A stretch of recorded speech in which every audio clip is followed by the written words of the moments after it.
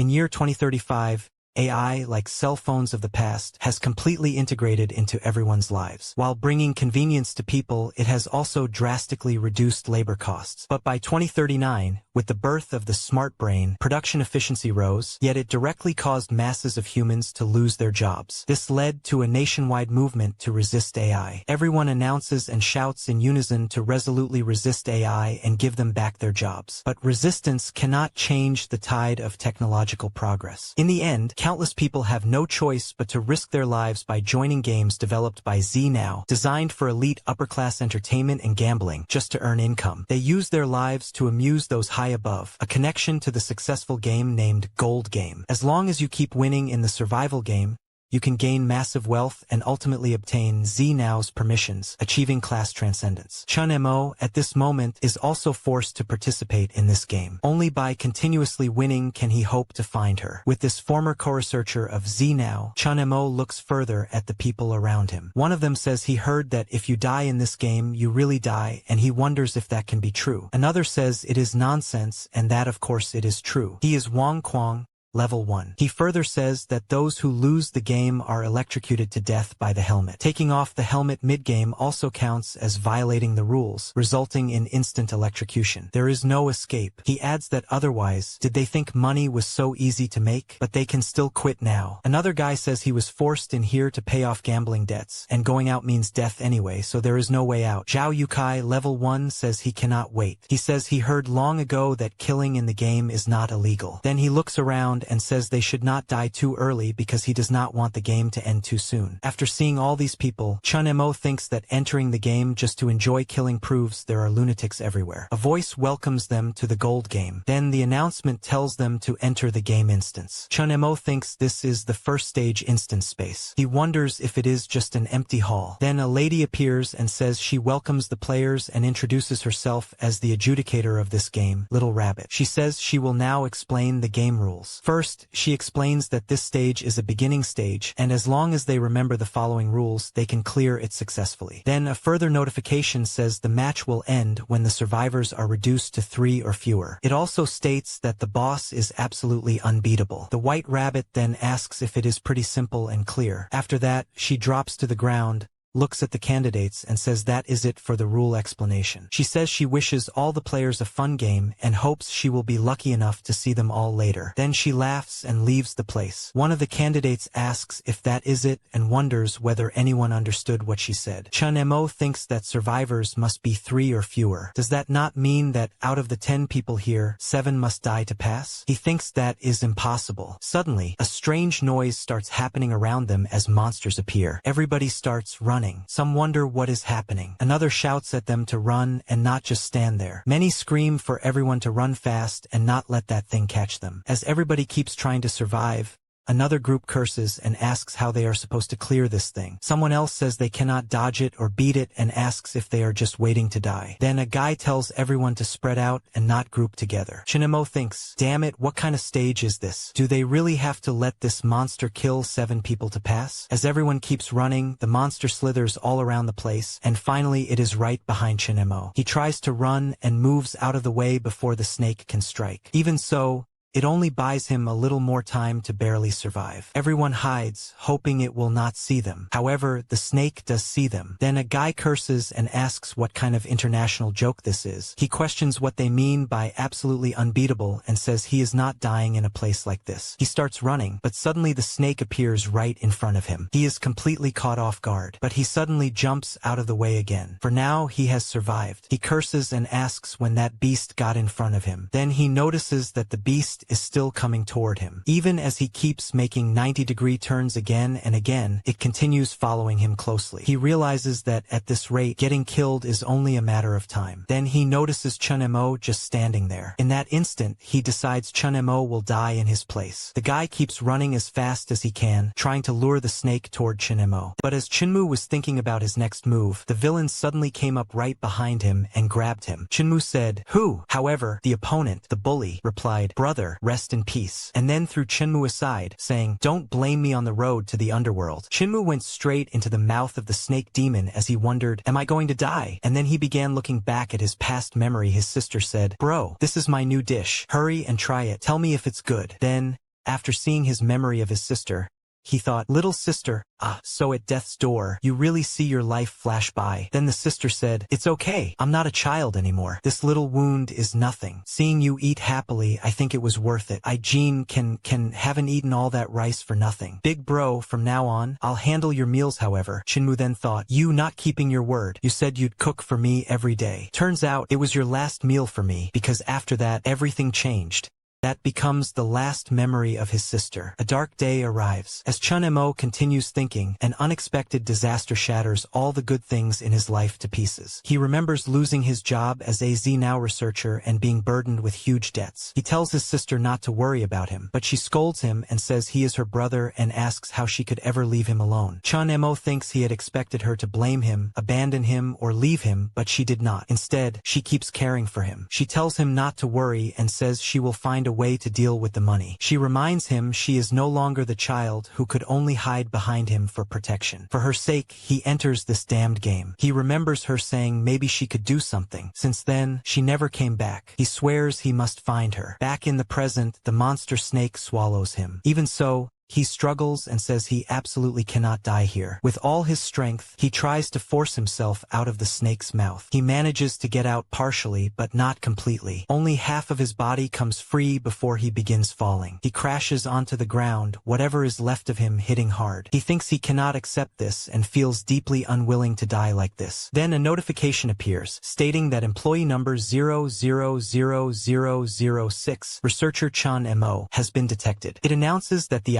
Identity Information Administrator System has been successfully activated. The detected employee number notification is quite an interesting thing. Chun Mo looks at it and thinks he is not dead and wonders where this place is. Then the notification says this system's only bound player is Chun Mo. It announces that administrator permissions are activated. Administrator permission level 1 is code editing, and he is free to edit attribute points for himself only. This surprises Chun Mo. He wonders what this system is supposed to be. As he starts using it, he thinks about an attribute panel like adding points in a game. He feels that if that is the case, then there might be hope to turn defeat into victory. He considers focusing on agility to boost his speed, but quickly rejects the idea. Boosting speed just to keep running will not help. What he needs most right now is strength. Once the attribute edit is successful, another notification appears, stating that player data is missing and asking whether to restore it. A system tip also explains that he may freely edit and allocate his own attributes at any time, and that each level up increases all attributes. After confirming, Chun Mo realizes that with this ability, he can maximize a single attribute at will. Later, as his attributes rise with leveling, he will only grow stronger. In that moment, he decides to forget the game rules. He believes he is the rule now. Suddenly, his strength begins increasing rapidly, and his whole body starts restoring. Flesh and bone regenerate. Power surges through him. The snake is still slithering around the hall. Chun Mo calmly waits for it to attack and then jumps aside at the right moment. Even so, the snake manages to catch him while he is mid-jump and swallows him again. But after a short while, the snake seems to feel something strange inside its head. In the next moment, Chun Mo uses his overwhelming strength to force the snake's jaws open from within. He taunts it, asking if it likes to eat and telling it to come on,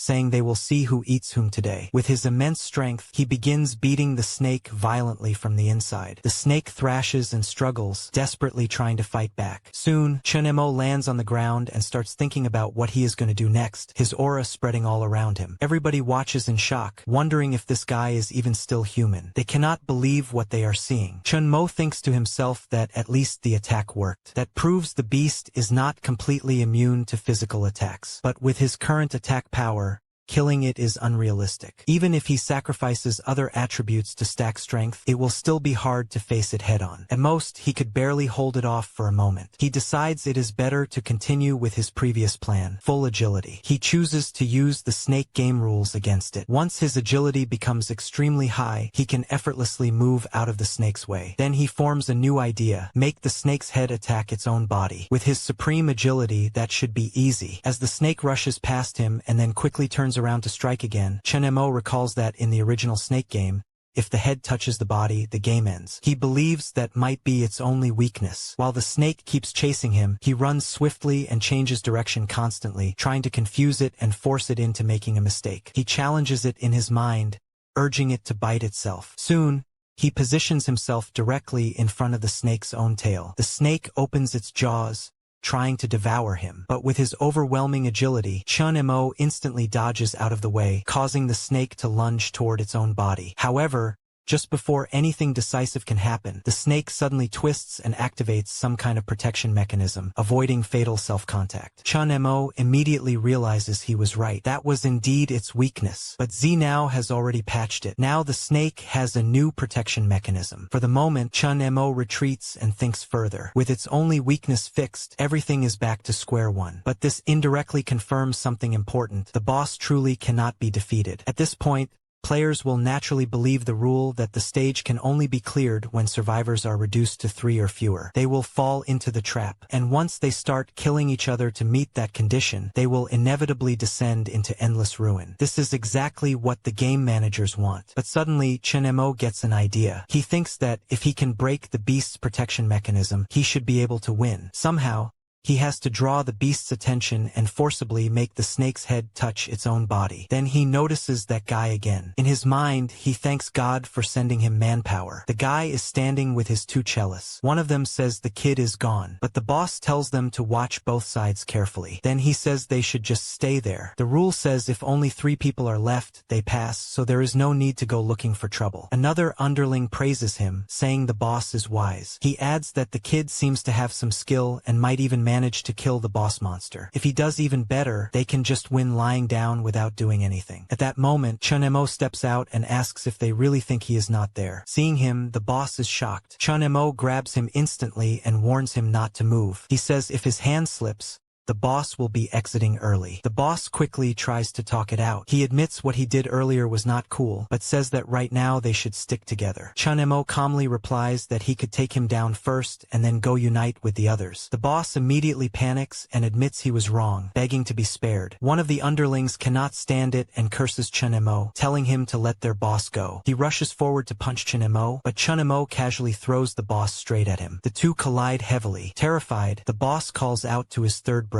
Before he can react further, Chun-mo steps on his head again and says he has a plan to take down the beast, but he needs bait to draw its attention. He tells the boss to choose, risk it or die now. Time is short, so he had better decide quickly. The boss hurriedly agrees, but in his heart, he thinks that a wise man knows when to back off. Once they clear the stage, he will have plenty of time to take revenge. Chun-mo orders him to go. He warns that if he sees even the slightest laziness, he will not hesitate to kill him first and then deal with the boss monster. The boss mutters that Chun-mo had better actually handle the beast because they are risking their lives here. The other sidekicks follow reluctantly. They whisper to the boss, asking if they are really going to listen to that kid and act as bait. They say this job means 9 deaths and 1 slim chance of survival. They have already lost 1 brother and cannot afford to lose more. The boss sneers and asks who said he is going personally. Then he looks at the others and tells them that if they do not want to die, they should go lure the beast over. He claims he has already figured out how to deal with it. Everyone is terrified. They say that thing is not something they can handle. Another guy tells him to go himself if he wants and not drag them into it. The bully walks up to that guy,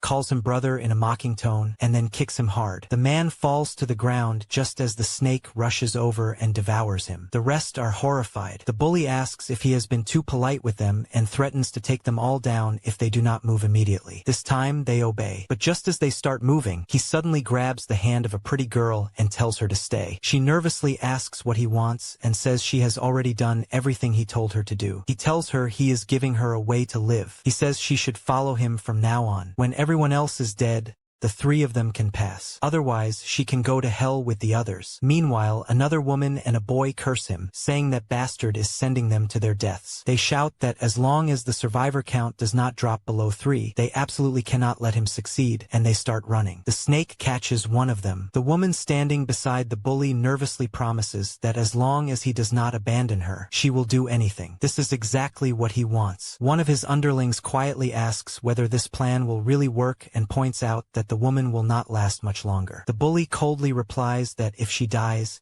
even better. If people do not die, How will he reduce the survivor count? He mutters that he cannot die here because he still has a life of pleasure ahead of him. As chaos spreads everywhere, he also remembers the kid who embarrassed him earlier. He swears he must kill him. Suddenly, someone shouts that the snake's head is coming toward them. The bully says it is perfect timing. They will pretend to cooperate first and wait for the right moment. Then he runs toward Chenemo and shouts that they have brought the beast to him and asks what to do next. Chenemo thinks that Zhao Yuhai has already done enough evil. If possible, he should remove this unstable factor too, or there will be trouble later. He calmly explains that everyone has played Snake before. If they can make the snake's head hit its own body, the game will end. An underling excitedly asks if that means they are all saved. The bully immediately calls him a fool. He says he already tried that while being chased, and it did not work. The beast has a protection mechanism. When the head hits the tail, it simply slides away with no real contact. If it were that easy, the kid would have done it long ago. Even so, he orders them to stop talking and just do it. After kicking one of them forward, he also begins maneuvering, trying to guide the snake into biting its own tail. Everyone runs around frantically, attempting to force a mistake. The woman suddenly cries that she cannot keep going and begs the boss to save her. He tells her to jump inside because it is safe there. As they scatter and leap around, the snake shifts direction and charges toward Chenemo instead. The bully feels delighted. This is exactly what he wanted. In his heart, he mocks Chenemo for daring to order him around and wishes for his death. However, Chenemo releases an intense aura and effortlessly dodges the snake's attack once again. Right after that, the woman sees the monster rushing straight toward her. The underling rushes over and asks the boss if he is okay. Zhao Kai grits his teeth and curses repeatedly. He warns Chenemo not to think this matter is over and says he will remember this debt. Right then, a notification appears, congratulating the player for injuring the boss in the Encircled by Snakes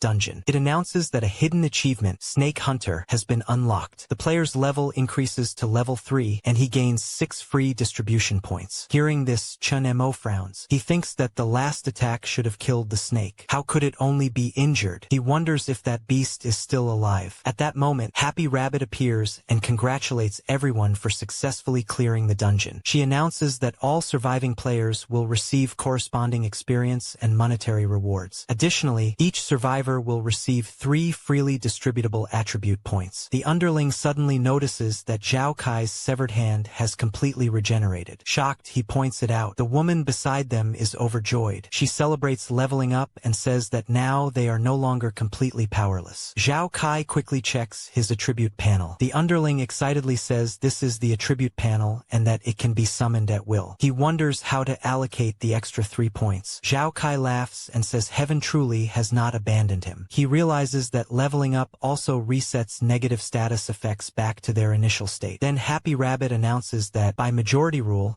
the players will decide whether to activate the hidden mission. However, if the number of survivors drops to 3 or fewer, the hidden mission will be forcibly activated. She then looks directly at Chunemo and gives a special reminder. She says that once the hidden mission is activated, it cannot be cancelled. If it is cleared, all survivors will randomly awaken a skill and receive generous and unique rewards. She emphasizes that if they miss this chance, there will not be another. A 1-minute countdown begins, and she asks them to decide. As Zhao Kai listens, he begins thinking about skills. He recalls hearing that players with skills are on a completely different level compared to those without. Then he notices that the current survivor count is 4, which does not meet the condition for forcibly activating the hidden mission. He suddenly realizes something and wonders if the so-called hidden mission is just another trap, just like the earlier rule about reducing survivors. Chun-Mo thinks to himself that there must be a reason the game is going to such lengths to create trap rules and lure players into the hidden mission, unless the system's true goal is to push players toward death. Once players die in the game,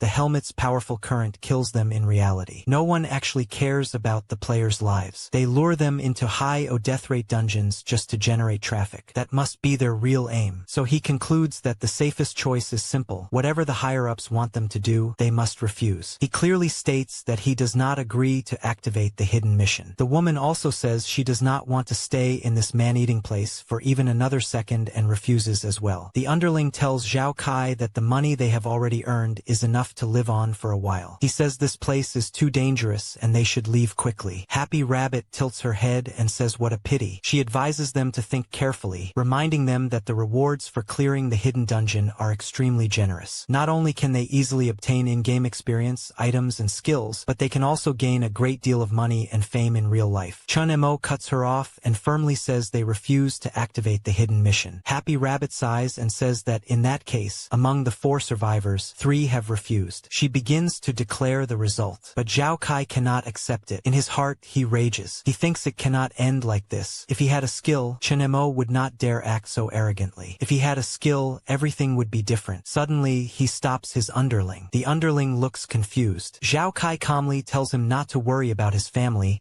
and says he will take care of them. Before anyone can react, he strikes and kills him on the spot. The woman screams in terror, unable to believe what she just witnessed. At that exact moment, a notification sounds. Survivor count detected. 3 players. Hidden mission Den of 10,000 Snakes activated. Chun-Mo curses inwardly. He did not expect that bastard would kill his own brother just to forcibly trigger the hidden mission. The atmosphere instantly changes. The air grows heavy and suffocating. This time, countless snakes begin appearing all around them. Large ones, small ones, slithering in every direction. Even tiny snakes swarm across the floor. An announcement rings out. Survivor count detected. 3 players. Condition for hidden mission Den of 10,000 Snakes met. Survive for 10 minutes. Survivors at the end will receive extra rewards. Countdown starts now. As the countdown begins, the remaining players grow tense. Happy Rabbit smiles and says she thought they were united. She remarks that she assumed the hidden dungeon would not open this time. She finds it interesting how humans always let greed drive them to ruin, compressing their survival space until they destroy themselves completely. Zhao Kai focuses only on the timer. He tells himself that if he can survive 10 minutes, he will never have to fear anyone again. Chun-Mo, however, thinks he cannot stall any longer. With 2 giant snakes on the field, once they are surrounded,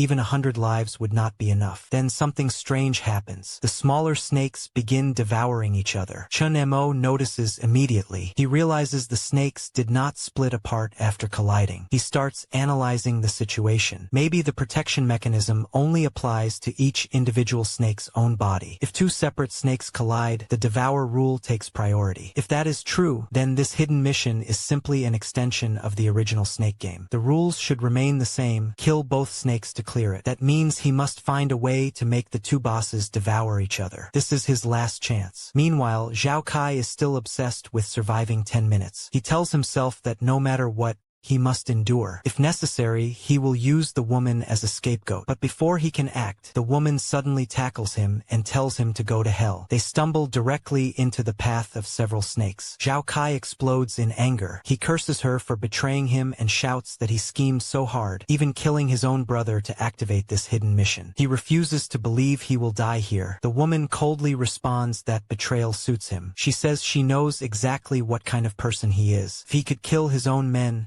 why would he spare her? In desperation, Zhao Kai reaches toward Chun-Mo, grabbing at him and begging to be saved. He offers all his money in exchange for his life. The woman struggles violently, punching and kicking, trying to free herself. She tells him that if he wants to die, he should die alone. But Zhao Kai, consumed by madness, declares that if he cannot live, they will die together. At that moment, a swarm of snakes engulfs them both. The woman screams as the snakes begin devouring them. Soon, Chun-Mo is the only one left alive. He runs through the chaotic sea of serpents, calculating every movement. He thinks that the only relatively safe zone within the snake nest is a narrow opening between the 2 giant bosses. He leaps toward it. A massive snake lunges at him midair. With all his enhanced strength, he grabs its jaws and forces them apart. He feels the crushing bite force and realizes that without the attribute points he gained from leveling up, he would not have been able to withstand it. He braces himself and declares that success or failure depends entirely on this moment. Both giant snakes charge at him from opposite directions. At the final instant, Chun-Mo releases his grip and vanishes from between them with supreme agility. The 2 colossal snakes slam directly into each other. Life or death, everything rests on this single collision. Chun-Mo watches as the 2 boss snakes shudder violently. For a split second, it looks like they might separate, but instead, they turn on each other. Their massive bodies coil, collide, and begin devouring one another. In a frenzy of destruction, they completely annihilate themselves. A notification immediately pops up. Detection complete. Host has cleared the game. Swarm of serpents. Hidden mission completed. Myriad Serpent Cave. MVP status achieved for this round. Congratulations, host. You have reached level 8. You currently possess 10 free attribute points and 1 skill draw attempt. Administrator privileges upgraded. New privilege unlocked. Code copy. A system note explains that code copy allows replication of the game code of any entity that has died within the past 30 minutes, granting it for personal use. However, the summoned code's level will match the host's current level. After reading all of this, Chun-Mo is stunned. He thinks that he did not expect the system privileges to evolve along with his level. He realizes this means he can copy the code of any dead NPC now. The system then asks whether he wants to replicate the gluttonous serpent. He agrees without hesitation. Another notification appears, congratulating him on successfully obtaining ownership of the gluttonous serpent code. It has been added to his inventory and can be summoned at any time. Chun-Mo feels satisfied. With this ability, he now holds a massive advantage. Soon, Happy Rabbit appears again. She congratulates him repeatedly for being the sole player to clear the game. On behalf of the Supreme God, she says she will now record his data and upload it to the database. From now on, any further outstanding achievements will earn him significant additional rewards. She asks whether he is willing to accept this reward. Chun-Mo immediately grows cautious. He realizes that uploading to the database must be how they identify players with potential to obtain the AI brain. Once identified, those players would likely be placed under surveillance. If the higher-ups decide someone poses a threat, they could erase them at any time. Then a new thought strikes him. He nearly forgot that these system maidens are manifestations of the AI brain within the game. Each one carries a fragment of its authority. If he collects enough of them over time, then by hunting down these system maidens, he might be able to seize the AI brain's authority from inside the game itself. Happy Rabbit waves a hand in front of him and asks if he is still there. She wonders whether he has logged off. Chun-Mo does not hesitate. He orders the gluttonous serpent to devour her. The massive snake materializes instantly. Happy Rabbit is stunned. She protests that this is cheating, but before she can finish speaking, the serpent lunges forward and swallows her whole. A new system message appears. Authority of the One God AI brain acquired 0.1%. Chun-Mo's eyes narrow. So that is how it works. He realizes that if even one system maiden grants him a fragment of authority, then hunting down more AI brain avatars will steadily increase his control. But he also understands the danger. If the higher-ups notice, he will be erased without hesitation. From now on, he must stay hidden. For now, he chooses to log off. The world fades. He awakens in reality, gasping slightly. His body feels heavy and exhausted, but he is alive. He touches his chest, almost in disbelief. He wonders if she has been enduring this kind of danger all along. His phone screen lights up. A notification announces that player Chun-Mo has cleared the beginner instance, Swarm of Serpents, and completed the hidden mission, Myriad Serpent Cave. It also shows that he has received 200,000 yuan in live stream donations. He stares at the number. 200,000 yuan is more than many people can save in years. Yet in this game, it can be earned in a single round if you survive. No wonder so many are drawn to it. He immediately tries calling her. A cold automated voice informs him that the number he dialed is not in service and asks him to try again later. He lowers the phone slowly. Still unreachable. He lies back and stares at the ceiling, wondering where she could be. He blames himself for being stubborn in the past. If he had not opposed using the AI brain for gaming and angered the higher-ups, maybe none of this would have happened. They framed him, forced him out of his job, and buried him under breach of contract penalties. She had entered the game just to help repay his debt. Ever since she left that money behind, there has been no trace of her. The only clue is that she must still be active somewhere inside the game. He clenches his fists and promises that no matter where she is, he will find her. This time, he will be the one to protect her. Meanwhile, in a bright and lively arena-like space, a broadcast is underway. It is the 264th match of the Gold Game, Group 7's team stage. A commentator remarks that the kid is interesting. He noticed the gluttonous serpent's weakness from the very beginning, which suggests he did his homework before entering. Another man, Tian Kuan, level 25 and captain of Team Poison status, laughs. He says the kid has guts, and if the opportunity arises, recruiting him would not be a bad idea. A woman nearby snorts dismissively. She says it was only a beginner-level instance. If those players had cooperated, not a single one of them needed to die. Yet, in a match with only a 40% average clear rate, they nearly wiped themselves out. Her name is Fei Ying, level 23, vice captain of Team Poison status. She coldly concludes that this batch's overall quality is far too low. In her opinion, players like that are not worthy of being her teammates. The captain laughs lightly and says that, as expected of Fei Ying, the nightmare of new players and ever the perfectionist. He teases that if she keeps her standards that high, their team might never recruit anyone. Fei Ying simply replies that she would rather recruit no one than accept someone unworthy. Elsewhere, Chun Mo is still lost in thought when his phone suddenly rings. He picks it up cautiously and asks who it is. A familiar voice responds that it is him. Chun Mo freezes for a moment. Then the voice continues, saying he has news about the person Chun Mo has been searching for. Chun Mo immediately follows up on the lead and soon receives the information. Area 39, D-rank instance, spot the difference. He thinks it looks like he will have to try his luck in Area 39. Picking up the headset, he reminds himself that once a spot the difference game is cleared, it disappears forever. Even so, he cannot afford to miss the slightest clue about her. He promises again that he will find her. As he logs back in, a massive notification appears. It welcomes him back and informs him that since he has cleared his initial stage, he may now freely select a game scenario. According to the contract,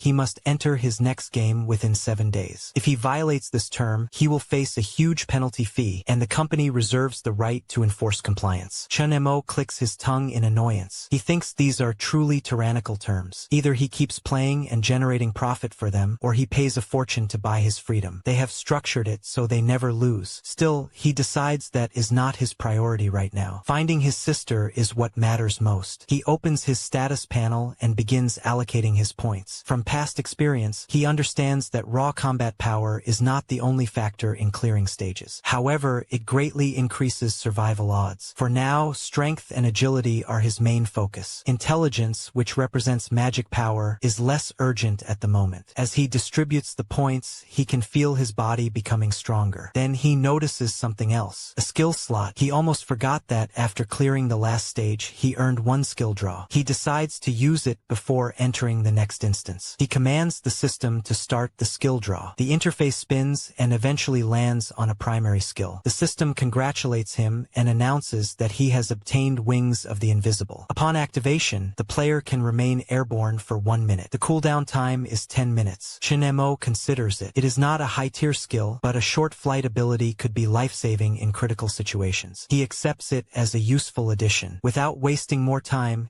he heads toward the D-rank lobby. Before he can enter, a voice calls out from behind, asking if he is a newly promoted player. Chun Mo turns and asks what the person wants. The young man quickly explains that he is also relatively new but has already cleared 2 games. He asks whether Chun Mo would be interested in forming a team. He reassures him that his goal is only an E-rank dungeon, so it should not be too dangerous. Chun Mo apologizes and says he is aiming for a D-rank dungeon, so he cannot team up. The young man is stunned. He calls out to him and warns that going straight into a D-rank dungeon as a rookie is insane. In his opinion, Chun Mo is just courting death. Chun Mo does not respond. He continues forward. A system notice appears, asking him to confirm entry into the D-rank lobby and warning that once chosen, it cannot be undone. He immediately confirms and selects Area 39. Behind him, the rejected player mutters that Chun Mo has completely lost his mind. Moments later, matchmaking completes. Chun Mo finds himself inside a spacious lobby filled with players. Names and stats float above their heads. Xia Xiu, level 13, 3 clears. Zhang Tianba, level 16, 5 clears. There are many others as well. Chun Mo quickly realizes he is the lowest level player present, with only 1 clear to his name. Suddenly, a cheerful voice greets them. The speaker introduces herself as Little Ant, the system guide for this round. She announces that the game is called Heavenly Thunder and Earthly Fire. She explains the rules. The entire area is a minefield containing 30 buried landmines. The players must either find and defuse all 30 mines or trigger all 30 mines. Achieving either condition will clear the stage. One candidate remarks that it sounds like Minesweeper and questions whether it can really be that simple. Little Ant laughs and says of course not. Every 5 minutes, at least one player must perform an exploration action. If no one volunteers, the entire team will be penalized. If the countdown expires without anyone exploring, a random mine will detonate automatically. This will continue until someone takes action. However, she adds that during exploration, players may uncover random helpful items, which could increase their survival chances. She wishes them good luck and says she hopes they are all still alive when she returns. Then she disappears. The players immediately begin discussing strategy. A bespectacled man comments that it does not sound too difficult. If they follow proper Minesweeper logic, clearing it should only be a matter of time. Another player disagrees slightly. He points out that while later stages may rely on logical deduction, early exploration is essentially like Russian roulette. No one knows when they might step on a mine. Chen-mo listens carefully. He thinks what they are saying makes sense. But if a D-rank dungeon were truly this straightforward, something must be wrong. He wonders whether he has underestimated it or walked into something far more dangerous than it appears. One of the players suddenly scoffs and asks why there is a piece of trash who has only cleared the beginner level standing among them. Another agrees and says everyone else there has cleared at least 2 dungeons. A third player worries that the rookie might drag them down. Someone else adds that the kid is practically a ticking time bomb, no less dangerous than the landmines buried under their feet. Zhang Tianba, level 16 with 5 clears, raises his hand to quiet the noise. He tells them to stop arguing and says he has a suggestion. He reminds everyone that, according to the rules, no one can clear this dungeon alone. In that case, they should decide the exploration order by drawing lots. When it is someone's turn,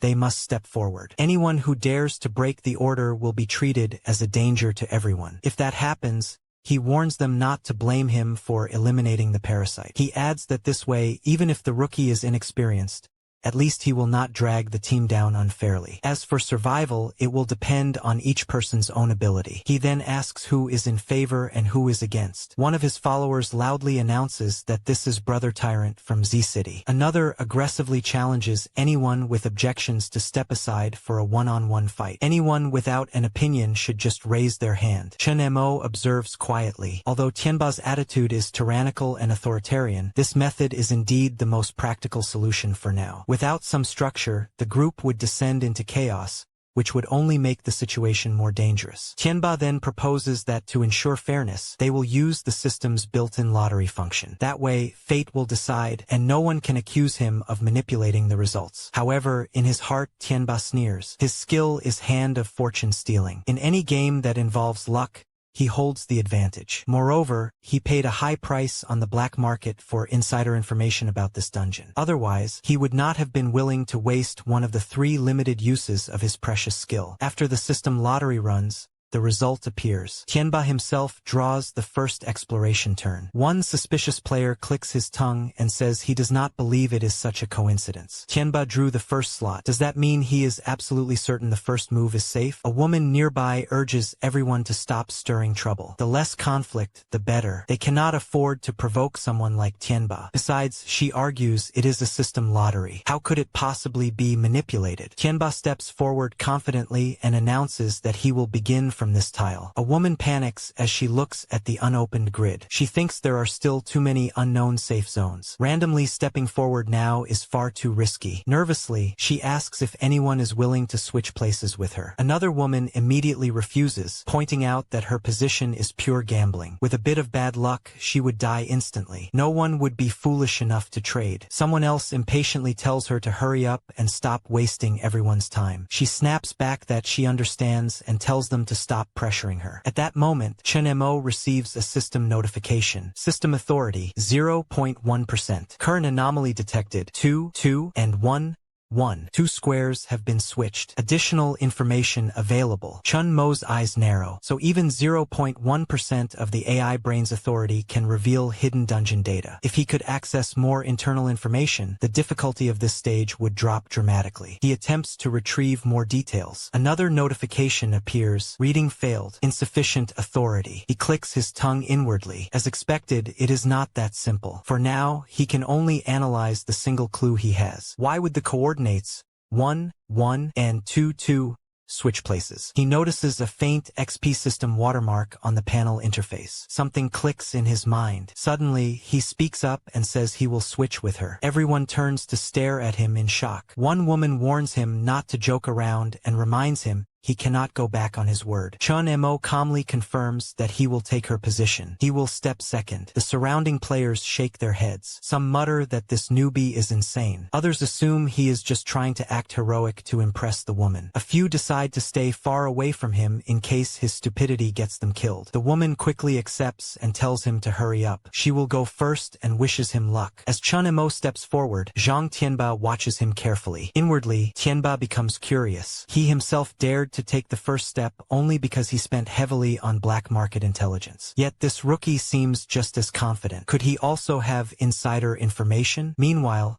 Chun Mo focuses on the grid. He recalls the faint XP watermark from earlier. That detail confirms something important. This dungeon is not based on the classic version of Minesweeper. It is modeled after the XP version. And unfortunately for the dungeon, he is extremely familiar with it. A memory flashes in his mind. Back then, the rule was simple: 1 move per person. If you win, you order takeout. If you lose, you cook at home. No cheating. In his memory, his sister complains that he is being a bully. She says that when it comes to Minesweeper, she has barely ever beaten him. He laughs and offers her a handicap. He tells her that since the computer is running the XP system, the first move in Minesweeper is always safe. He offers to let her go first. She teases him, asking if that is really enough of a handicap. He insists he used to be the best and reminds her not to go back on her word. If she loses, she has to treat him. Back in the present, Chun Mo tightens his resolve. He silently promises that no matter the cost, he will find her. His thoughts snap back to the dungeon. Interesting, that confirms it. This stage is built on the XP version of Minesweeper. Zhang Tianba revealed a 1. That means only one adjacent square contains a mine. Based on the layout, all surrounding squares except 1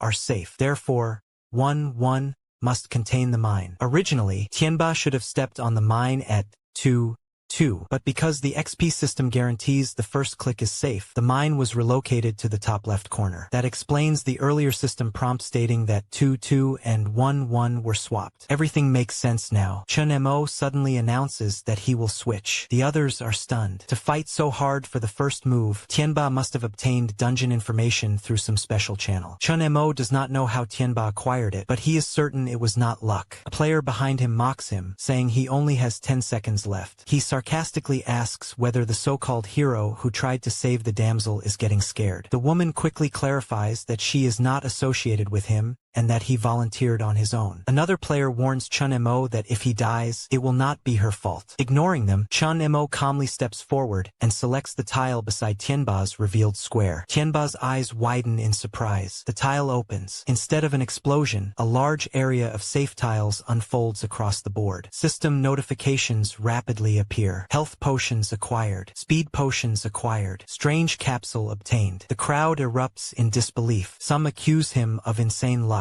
Others curse themselves for not taking the opportunity when they had the chance. One player bitterly complains that those rewards should have been his. Tianba narrows his eyes and looks at Chun Mo with renewed interest. He admits that the kid is pretty good. Chun Mo thinks calmly. For now, as long as he follows the traditional Minesweeper logic, everything should progress normally. But this is still a D-rank dungeon. There might be hidden mechanics, just like in the Gluttonous Serpent stage. He cannot afford to lower his guard. He also reflects on Zhang Tianba's behavior. The man went to great lengths to secure the first move. That means he must have acquired first-hand dungeon information from somewhere else. His performance just now was clumsy. Chun Mo saw through the hypocrisy immediately. Tianba walks over and places a hand on Chun Mo's shoulder. He praises him, saying that although he is a rookie, his thinking is meticulous and that he has potential. But inwardly, Tianba curses. He suspects Chun Mo also has insider information. He regrets not choosing to go second instead. The items Chun Mo just obtained could save a life at a critical moment. They are priceless in a dungeon like this. In Tianba's mind, the kid just hit the jackpot. He loudly urges the others to hurry up. Anyone who dares to slow them down will face consequences. Secretly, he resolves to kill Chun Mo later and take all those items for himself. For now, he will let the rookie enjoy his moment. One of Tianba's followers reassures him that they are keeping watch and nothing will go wrong. Still impatient, Tianba pushes everyone everyone to move faster and demands to know who is next. A woman volunteers. She carefully analyzes the revealed numbers. She marks one square as a mine and selects another adjacent square that must logically be safe. When she presses it, the tile opens safely. Relieved, she laughs and says her luck is not bad at all. More safe tiles unfold across the board. One by one, the players continue selecting tiles using logical deduction. The grid begins opening rapidly. A woman comments that she expected a D-rank dungeon to be much harder. If this is all it is, she claims she could clear it with her eyes closed. Another player reminds her that Minesweeper may be old, but without understanding the rules, it is easy to make fatal mistakes. She nods in agreement. Then a different woman approaches Chun Mo quietly. She lowers her voice and addresses him, pointing out that Tianba definitely used some kind of skill to manipulate the lottery earlier. Chun Mo responds calmly that even if that is true, at most Tianba simply exploited a loophole in the rules. Xia Xiu smiles lightly and says that even if Tianba only exploited a loophole, the way he pretends to be clueless is still annoying. She introduces herself properly, explaining that she is a game streamer. She adds that Chun Mo seems very familiar with games and asks whether they should watch each other's backs later. Chun Mo stays silent for a moment before replying that this is a kill or be killed death game, not some harmless virtual dungeon. Xia Xiu rolls her eyes and says she does not need him to teach her that. She simply meant they could cooperate. She casually mentions that the only time a girl teamed up with her was in a previous game. Even though they were both women,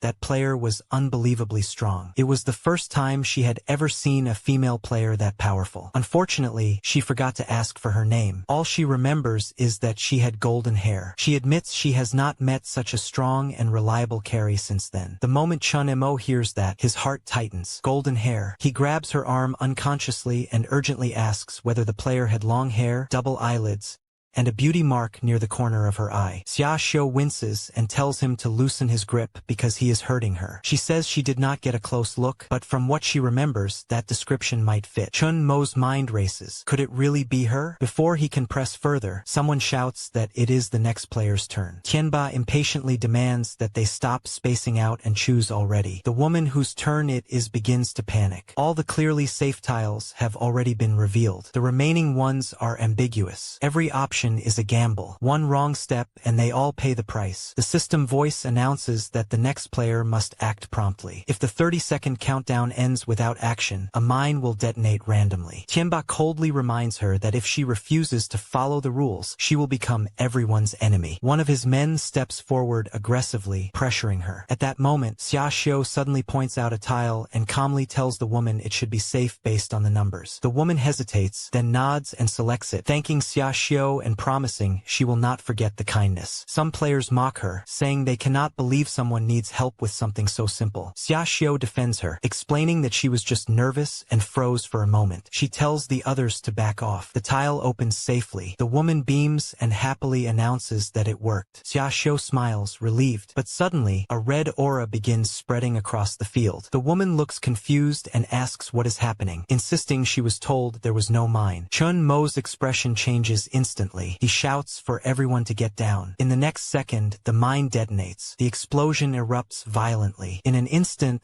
abilities flash across the battlefield. Su Chan activates invisible beings and vanishes from sight. Xia Xiu triggers control gravity, lightening her body and lifting herself off the ground. Another player throws up a defensive shield. Others scramble to react. Those who fail to activate a skill in time are swallowed by the blast. When the smoke clears, several players are gone. Chun Mo's expression darkens. That tile should not have contained a mine. He replays the logic in his head. The numbers were correct. The deductions were sound. Something else caused that detonation. Someone angrily points at Xia Xiu and accuses her of directing the woman to that spot. He sneers that he did not expect someone who looks so harmless to be so vicious. Another player joins in, shouting that 3 people just died because of her and calling her a murderer. The crowd begins to turn hostile. Chun Mo notices the survivor count dropping. It will soon be his turn. The pressure in the air thickens. Some players shout that Xia Xiu should take responsibility. But Xia Xiu snaps back sharply. She points out that when the woman was asking for help earlier, none of them stepped forward. Now that people are dead,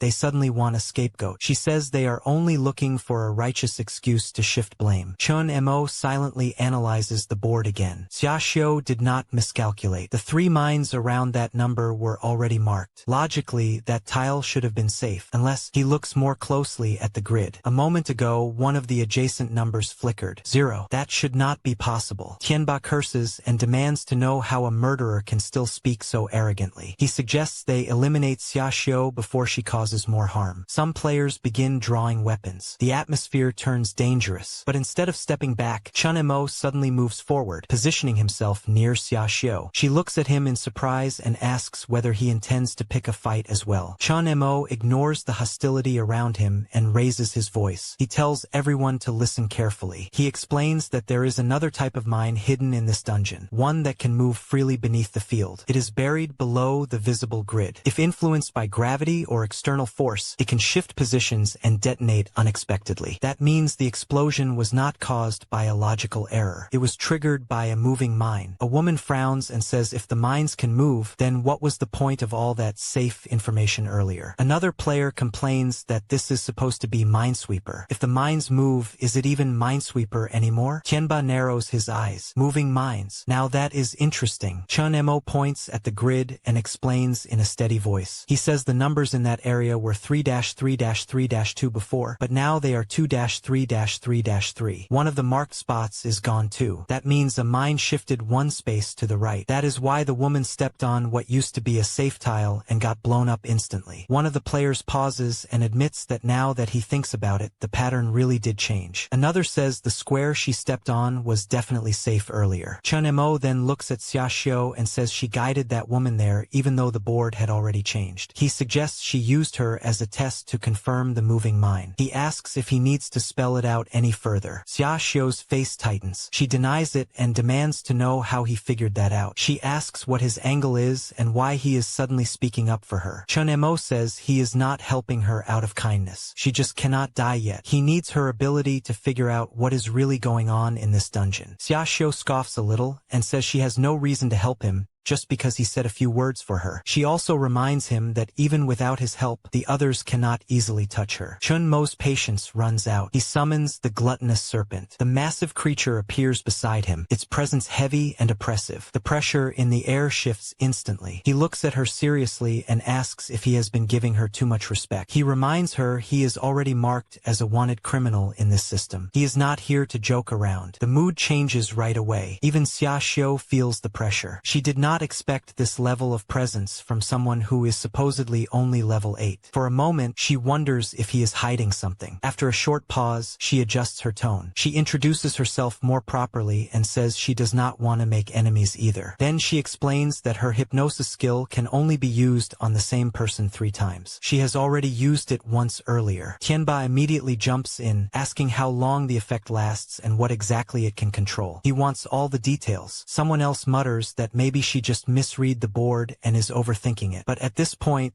everyone knows one thing. This is not just simple Minesweeper anymore. Something under that field is moving, and it is playing with them. Chun Mo shrugs and says he is a programmer. Numbers are his thing. There is no way he misread that board. But arguing about it right now is pointless anyway. Tianba waves a hand and says Chun Mo's theory sounds interesting, but they still have a game to clear. He asks who has time to prove something that might not even exist. Another player complains that the timer is still running and tells Chun Mo not to slow everyone down. Chun Mo stays quiet for a moment, then speaks again. He says if they want to test whether the ground really moves, it is actually simple. He points at a tile and says they can all see it looks completely safe. Then he casually adds that he obtained a detection type skill earlier. It allows him to sense hidden mines nearby, but he can only use it a limited number of times. From what he can tell, there is definitely a mine close to that area. He says the way to test it is simple. Someone just has to step on it. Before anyone can react, he starts walking forward. Xiaoxiu stares at him and asks if he is actually serious. Chun Mo does not answer. In his head, he is already calculating. The last explosion took about half a second from trigger to full detonation. That means his escape window has to be under 0.2 seconds or he is done. He quickly checks his stats. With all his free points dumped into agility, he is already close to level 20 speed. If he stacks a speed potion on top of that and keeps a health potion ready,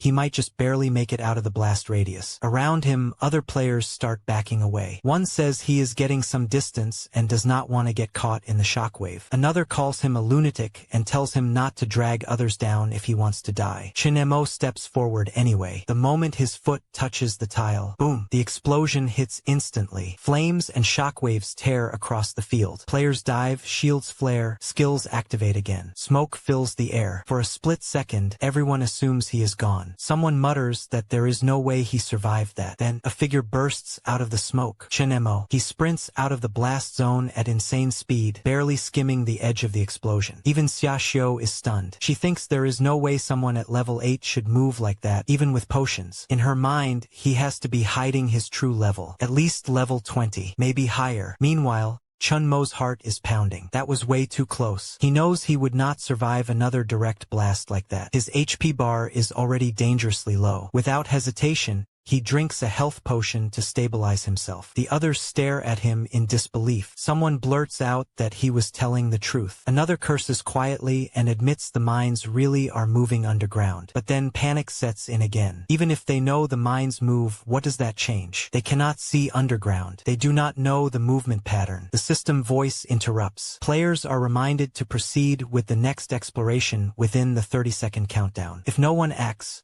a random mine will detonate. The timer starts ticking. People start losing it. One says it is over. Another says they are all doomed. Chunemo forces himself to calm down. There has to be a pattern. If the mines moved randomly with no logic, this dungeon would be impossible. That would not make sense even for D rank. Understanding the movement pattern is important. But even more important is figuring out why the mines are moving in the first place. Chunemo suddenly pauses. He feels something subtle under his feet. Faint vibration. He narrows his eyes. What was that? He looks up and tells everyone they all saw what just happened. If they want to clear this dungeon, they need to solve the moving mine problem first. One guy immediately complains that it is easy for him to say. The system timer is still running. How can they focus on anything else? Chunemo nods and says that is exactly his point. They split up. One group continues handling the system's exploration mission to keep the countdown under control. The other group investigates the moving mines and figures out their pattern. Someone quickly volunteers to stick with the system mission. Another flat out refuses to deal with invisible underground bombs and says he will also stay with the main mission. In seconds, almost everyone chooses the safer option. Chunemo is not surprised. He turns to Xiaoxiu and suggests that the others continue clearing tiles while she comes with him to investigate below. She agrees without hesitation and says she will cooperate. Tianba suddenly steps in and says it is too dangerous for just the two of them. He suggests bringing more people along. Safety in numbers. Chunemo calmly replies that they do not even know what is happening underground. Too many people might just create chaos. He adds that if they discover any extra rewards,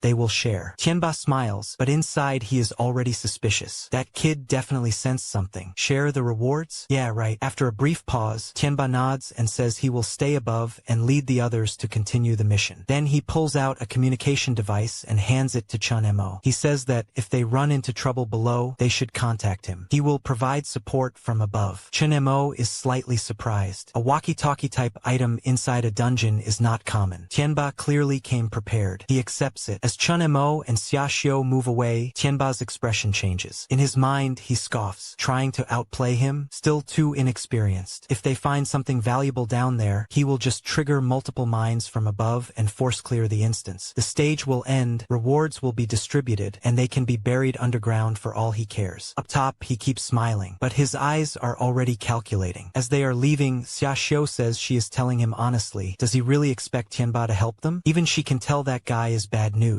They would be lucky if he does not try to backstab them. Chunemo says it does not matter. He never expected Tianba to keep his promise anyway. Xiaoxiu says she does not get what he is thinking and tells him to get a little closer because her skill has a limited range. As he steps closer, she immediately grabs him and tells him not to get the wrong idea. It is not like she has a choice. Her skill is single target, and if she does not hold on to him, he can just wait to fall to his death. Chun-mo says it is fine and tells her to move. Then they both jump. As they fall, they look around carefully. The space beneath them is dark and hollow. Xiaoxiu says the place is completely bare and wonders if they can really find any clues down there. Suddenly, Chun-mo notices something unusual. He tells her to get closer. When they move in, they see what looks like a den carved into the dirt. Chun-mo says this should be a passageway. The moving mines are probably inside. Only by going in will they be able to figure out the mine's movement pattern. Then they carefully move through the passageway, heading deeper inside. As they move through the passageway,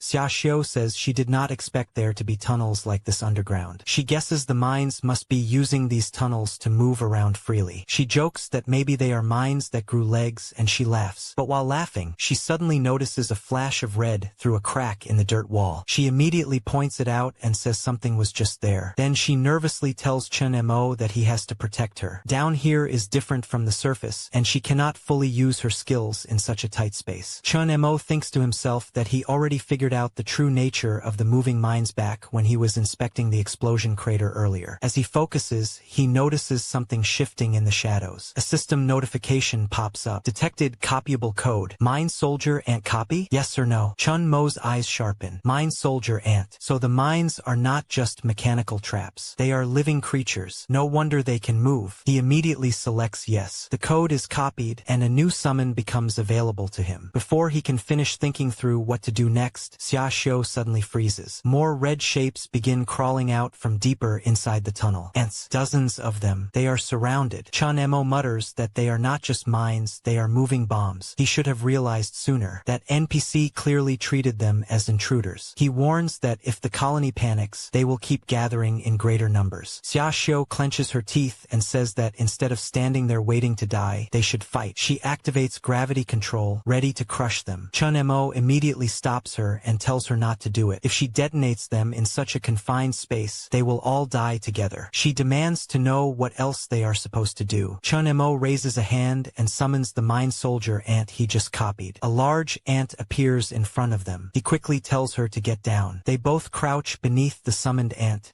using it as cover. Xiaoxiu is stunned. She thinks about the giant serpent from earlier and now this ant. She starts wondering what kind of ability he has. It almost feels like he can copy whatever he sees, which would be absurdly overpowered. Meanwhile, the surrounding ants swarm closer. But instead of attacking, they circle around the summoned ant, reacting to it as if it belongs to their colony. Chun-mo quickly scrapes some of the summoned ant's pheromone residue and tells Xiaoxiu to smear it on herself. If she does, the other ants should not treat her as an enemy. She hesitates, clearly disgusted, and says she does not like the idea at all. Xiaoxiu makes a face and says she really does not want to smear that stuff on herself. Chun-mo tells her calmly that if she wants to die, she does not have to. Xiaoxiu thinks about it and realizes that applying it basically lets them disguise themselves as ants. She has no choice, so she forces herself to tolerate the disgust. As Chun-mo moves ahead, she quickly tells him to wait for her. Soon, they see even more ants crawling in front of them. She whispers that there are way too many ahead. She starts wondering what they are supposed to do with this many ants and whether Chun-mo has another trick up his sleeve. Then she says something feels wrong. Yes, it is their nest, so it is normal to see ants, but this number is excessive. Chun-mo reminds her to think back to the system rules. The dungeon said there were 30 mines. He gestures at the swarm.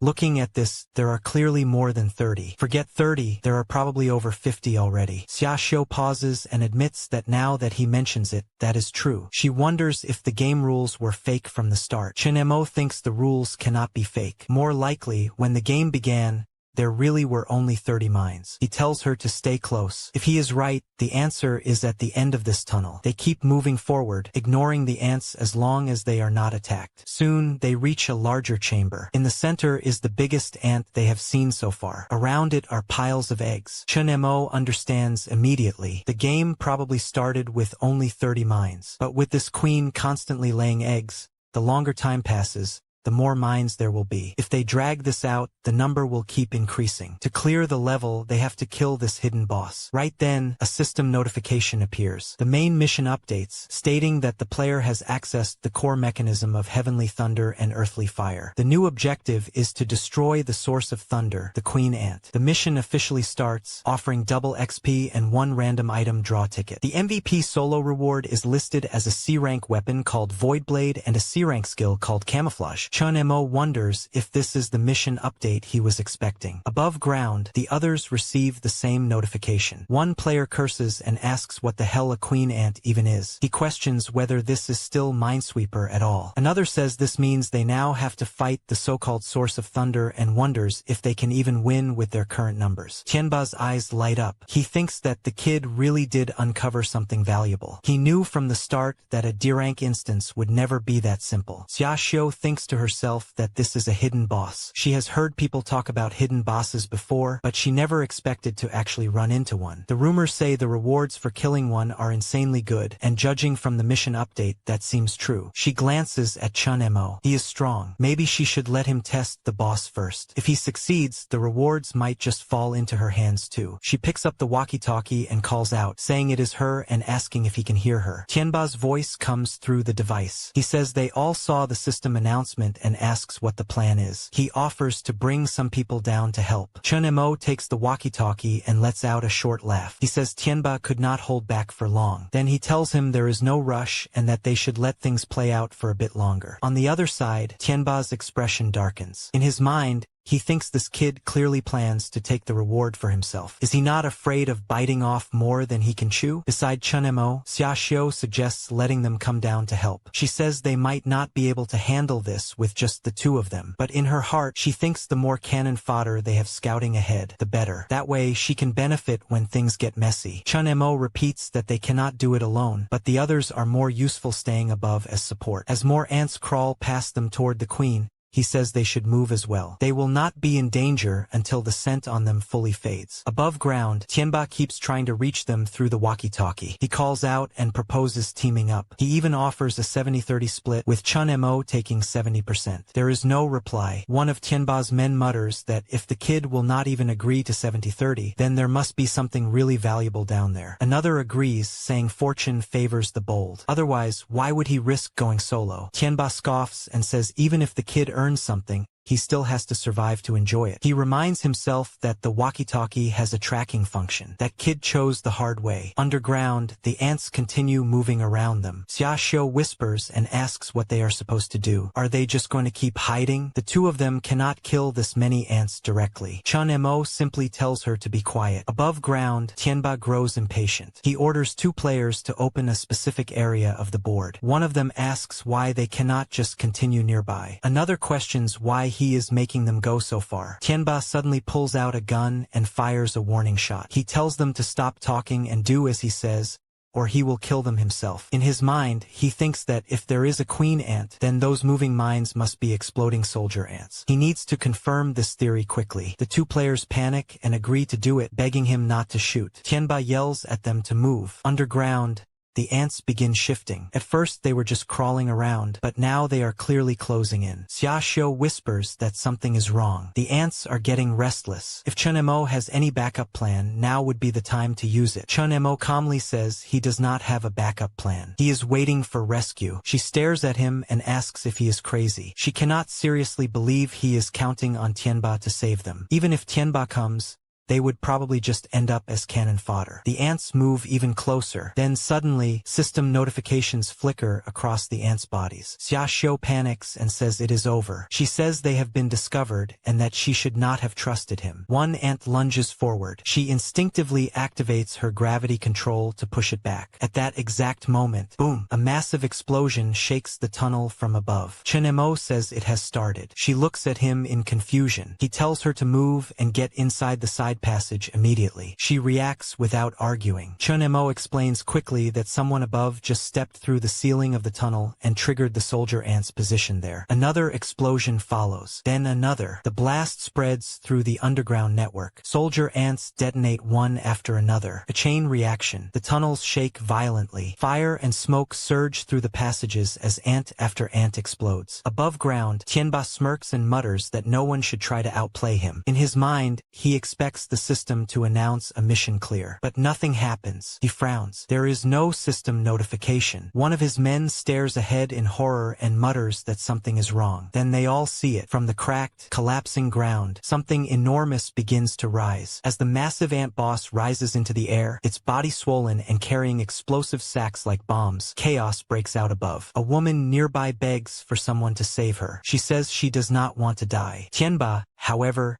is furious inside. After an explosion that huge, the boss is still almost unharmed. And that kid underground is probably still alive too. He cannot understand how this is possible. He keeps firing at the monster in the air. The creature screeches and starts firing explosive projectiles back down. One of Tianba's underlings jumps in front of him and raises a shield, shouting for him to watch out. The shield barely holds. The others are not so lucky. Chang Ji, Tianba's other subordinate, gets hit directly. He collapses. Tianba looks at him in shock as Chang Ji weakly says he wants to go home. His voice trembles before he goes still. The other underling cries out his name. Tianba clenches his fists and calls him brother. For a moment, he is genuinely shaken. The remaining underling tells him to get up because it is too dangerous to stay frozen like that. Tianba grits his teeth. He mutters that he has hunted geese all his life, only to be pecked in the eye by one today. It was supposed to be just a D-rank dungeon, yet it already cost him his men. The underling urgently warns him to calm down and not use that skill. But Tianba is beyond reasoning. He roars that he will avenge Changji. His body begins to change. Muscles expand, bones crack, and fur bursts from his skin. He transforms into a massive tiger-like beast. Electric energy crackles around him as he activates his limit break ability, Beast King Possession. He turns to the underling and tells him this fight is not something he can interfere with. He should find somewhere safe and hide. The underling tells him not to die to this monster. Tianba leaps into the air with a roar. He lands on the flying ant boss and starts tearing into it with claws and fangs, ripping at the explosive sacks. Below ground, Xia Xiao hears the deafening noise from above. She asks if they are really just going to sit and watch,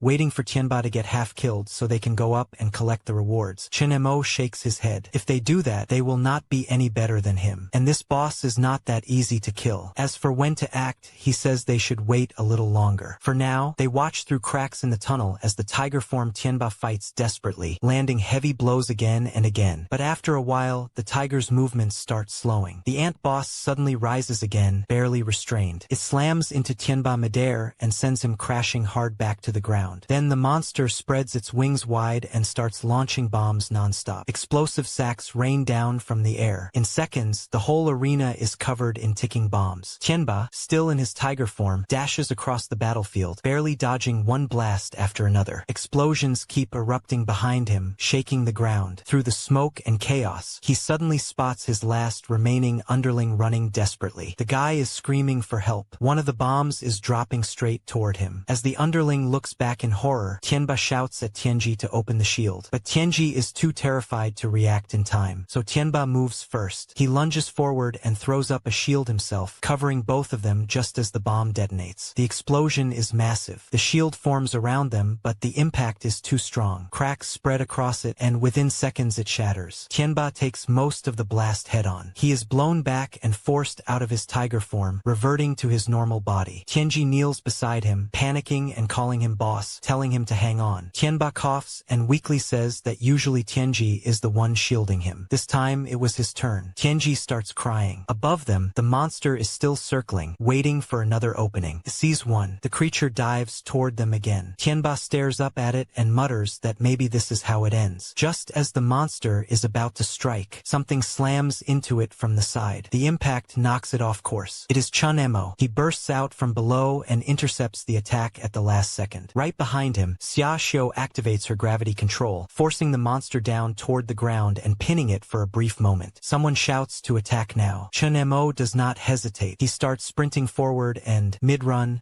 commands the system to reset his attribute points. In his mind, he decides to go all in. He reallocates everything into strength. His strength value jumps to 35. He leaps and delivers a full power strike straight into the monster. For a split second, the creature does not move. Then it trembles and rises again. The damage barely slowed it down. With a violent flap of its wings, it blasts Chun-Mo backward, sending him rolling across the ground. The monster takes to the air once more. Chun-Mo feels exhaustion creeping in. That hit cost him everything, and it barely scratched the boss. He realizes its defense is insanely high. Tianba, still on the ground, looks over and calls out, thanking him. Chun-Mo just smirks faintly and tosses something toward him. It is a potion. He says he did not expect Tianba to be that loyal and asks him straight up if he wants to team up. Tianba takes the potion and asks Chun-Mo to speak clearly about how they are supposed to team up. Chun-Mo says they all saw the boss already. It has a massive health pool, and since it can fly, it completely controls the air. If they want any chance of beating it, they first have to bring it down to the ground. Tianba says that is easier said than done because the thing is not easy to handle. He asks what the actual plan is. Nearby, Xiaoxiu is getting more and more anxious while trying to keep the monster restrained. She shouts that they should stop stalling because the boss is about to use its ultimate technique. Right then, the monster begins transforming. Bomb sacks swell across its body, ready to detonate. At the same time, egg-like pods start shooting out in every direction. As the eggs fall, they hatch instantly. Small ants pour out and swarm across the battlefield, quickly surrounding everyone. Chun-Mo says he has an idea, but he needs their help first. That is all he will say, and whether they follow the plan or not is up to them. Tianba says the kid is right. At this point, they either kill the boss or everyone dies. Chun-Mo starts moving forward. Tianba and his remaining underling follow him as they push ahead together. While running, Chun-Mo calls out to the system and resets his attribute points, putting everything into agility. His speed surges, allowing him to weave through the falling bombs. Through the walkie-talkie, Chun-Mo tells Tianba and the others to draw the boss's attention while he gets close. Tianba replies that he understands and tells him to just keep moving forward. He smirks and starts transforming again. The underling tries to stop him, saying he cannot use that skill again, but Tianba ignores him. In seconds, he turns back into his tiger form. He says he cannot worry about the consequences now. If he does not take the risk at this moment, there will never be another chance. The monster responds by firing laser-like beams from its wings, causing massive explosions everywhere. While charging forward, Tianba thinks that Chun-Mo had better hurry. In this transformed state, his strength and agility increase dramatically, but the price is brutal. His maximum HP is constantly burning away, and eventually it will drop to 1, meaning a single hit could kill him. Meanwhile, Chun-Mo focuses on the boss. His biggest advantage is those wings, but at the same time, they are also the most vulnerable part. If that is the case, then he will use that against it. As he rushes closer, a system notification suddenly appears in front of him. It says that copyable code has been detected. Mine Soldier Ant Copy. Chun-Mo immediately tries to copy the code. While sprinting through the explosions, he keeps telling the system to copy it. The system keeps responding with the same message, insufficient storage space. Chun-Mo realizes the storage is not unlimited after all, but the few he already copied should still be enough to give the boss some trouble. He then looks at Xiaoxiu and asks if she can launch him up there. She says it is too far, but she will try her best. While struggling to hold her gravity field steady under the constant explosions, she gathers her strength and uses her gravity control to sling Chun-Mo upward toward the giant queen ant. As Chun-Mo rises through the air, he activates his wings of the invisible. Right above the queen, he releases the mine soldier ants he copied. The small ants rush forward and start chewing through the queen's wings. The queen immediately senses something is wrong, but the ants keep tearing at the wings. Chun-Mo shouts for everyone to get ready to dodge because he is about to detonate them. A moment later, a massive explosion erupts directly above the queen. Everyone below stares in shock. Then warning signals flash across the boss's bomb sacks. Warning override. Warning override. Another enormous explosion detonates. The shockwave slams into the defensive shield around the players. The barrier starts cracking,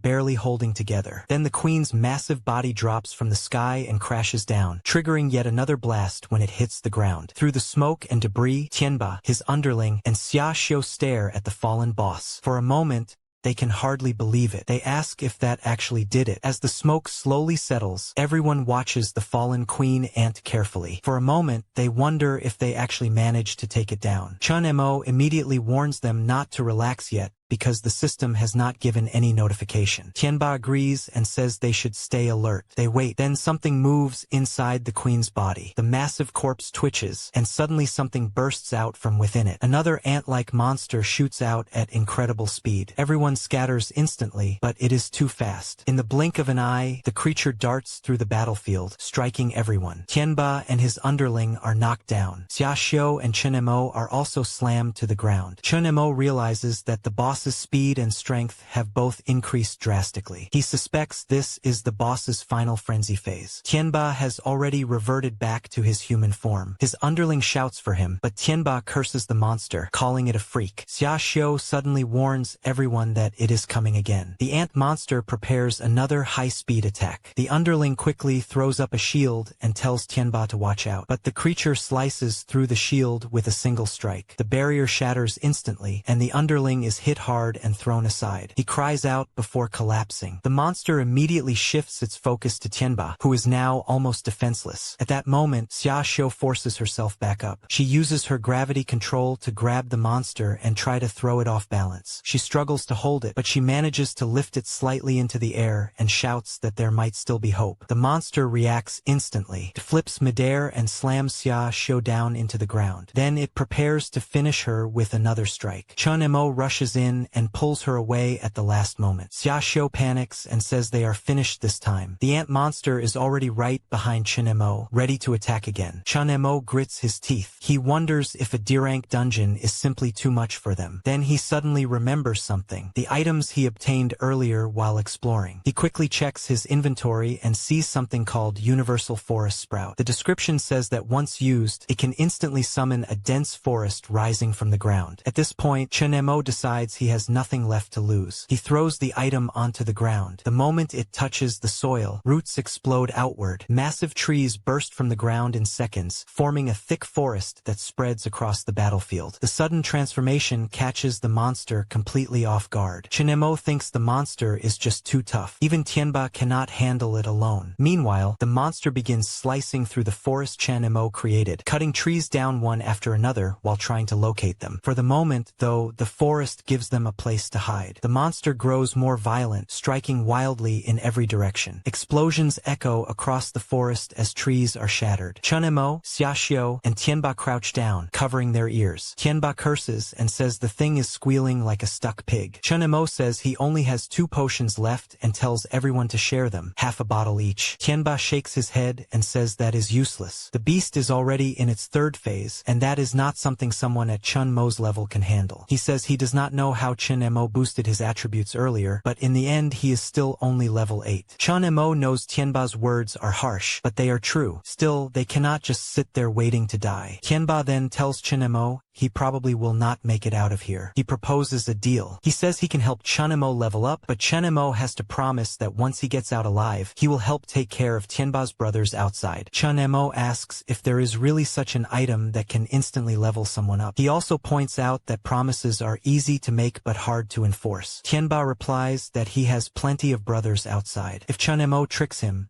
those people will hunt him down and chop him to pieces. Then he explains his plan. Chen Mo just needs to take him down. Killing him will give Chen Mo at least 3 to 5 levels. Right then, a system notification suddenly appears. It displays a wanted notice. Name Zhang Tianba. Level 16. Clears 5. Bounty 200,000. The notice says that eliminating the target grants a bonus equal to 30% of the target's experience and ownership of all items the target carries. Xiaoxiu stares at the notification in shock. Tianba's underling immediately panics and begs him not to do this. He says there must be another way. Tianba calmly replies that this is the only way. He tells the underling that once he gets out, he should make sure the brothers receive their wages in full. The underling breaks down crying. He says it is his fault because he is too weak and held everyone back. If anyone has to die, it should be him. Tianba cuts him off. He hands his gun to Chen Mo and tells him to stop wasting time. He tells Chen Mo to do it quickly and stop dragging it out. Chen Mo notices something and thinks about Tianba's red name. The system clearly marks him as a wanted target. But before Chen Mo can react, the underling breaks down completely. He cries and begs Chen Mo not to kill his boss. He tells him not to be fooled by the red name because realizes Tianba is not the kind of person the system makes him look like. The underling explains that earlier, when Tianba talked about being tough and fearless, most of it was just boasting. He says they are actually just a group of construction workers. They followed Tianba to the city hoping to find work, but the entire industry suddenly switched to AI robots. Overnight, all of them lost their jobs. With no way to survive, they came to this deadly game hoping to turn their situation around. The underling keeps pleading, saying all the brothers outside are depending on Tianba. Without him, they have nothing. He continues begging Chun Mo not to pull the trigger while sobbing uncontrollably. After hearing everything, Xia Xiu starts thinking about her own situation. She realizes their story is not that different from hers. The only difference, she thinks, is that she met the wrong people. Back when she was a virtual streamer, she had millions of fans at her peak. Life was going well for her. But when AI rose to dominance, virtual streamers became almost indistinguishable from real people. Those AI streamers could work 24 hours a day without rest. Even when she managed to come up with new ideas, the AI would quickly learn them, imitate them, and surpass them. Eventually, she hit a dead end. She had no money left. She could barely maintain a basic life. When she tried switching to low-barrier manual labor jobs, she discovered those had already been taken over by cheaper AI machines. She remembers how even someone she once trusted betrayed her. That person had told her that she should forgive them because they had to win. After all, that is what the game is about. Take someone else out before they take you out. Xia Xiu remembers how the person she teamed up with stabbed her in the back. Luckily, she was the one who survived in the end. She always thought this game was full of lunatics, but now she realizes there are still people willing to give their lives for those around them. Even someone as strong as Tianba still holds onto his principles instead of turning into a monster that only knows how to kill. For the first time, she thinks maybe she can try trusting someone again. Just then, the monster shrieks nearby. Everyone realizes they are running out of time. Tianba urgently tells Chun Mo that there is no time left. He says Chun Mo must do it now.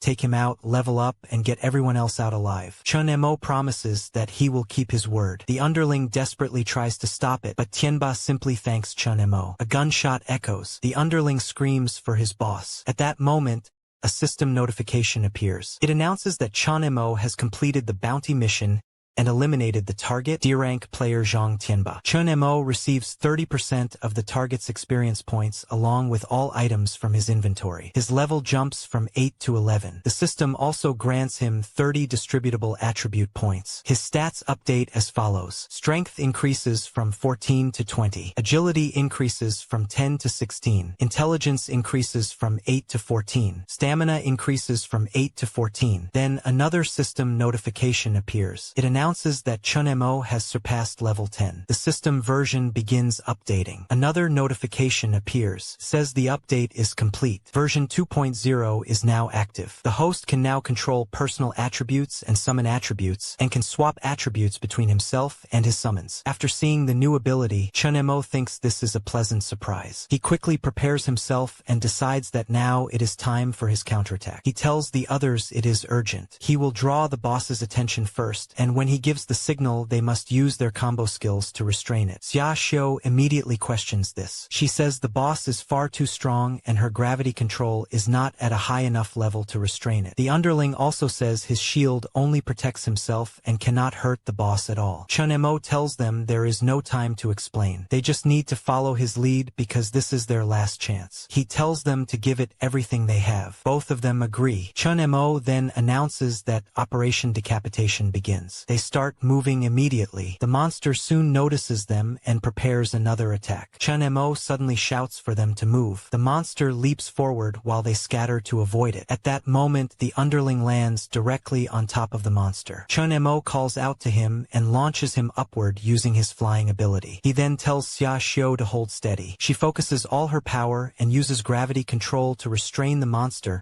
while the underling activates his earth shield to anchor himself on its body. Chun Mo then tells Xia Xiu to put all her weight onto the underling. She does exactly that. Chun Mo shouts for her to give it everything. Xia Xiu pushes her ability to the limit, screaming as she pours all her power into the gravity field. The ant monster struggles desperately to resist, but the pressure keeps increasing. Eventually, the gravity overwhelms it. The monster loses control and is slammed straight down into the ground. Chun Mo praises them for the perfect perfect setup. Then he releases his next move. He summons the gluttonous serpent. The giant snake opens its jaws wide, preparing to bite. The snake immediately lunges forward and bites the ant monster while it is pinned to the ground. But the queen ant's skin is unbelievably tough. Chun-mo watches closely and realizes the damage is still not enough. He thinks the gluttonous serpent's current attributes simply are not strong enough to crush the queen ant. Without hesitating, he orders the system to transfer all of his attributes to the gluttonous serpent. The moment the transfer happens,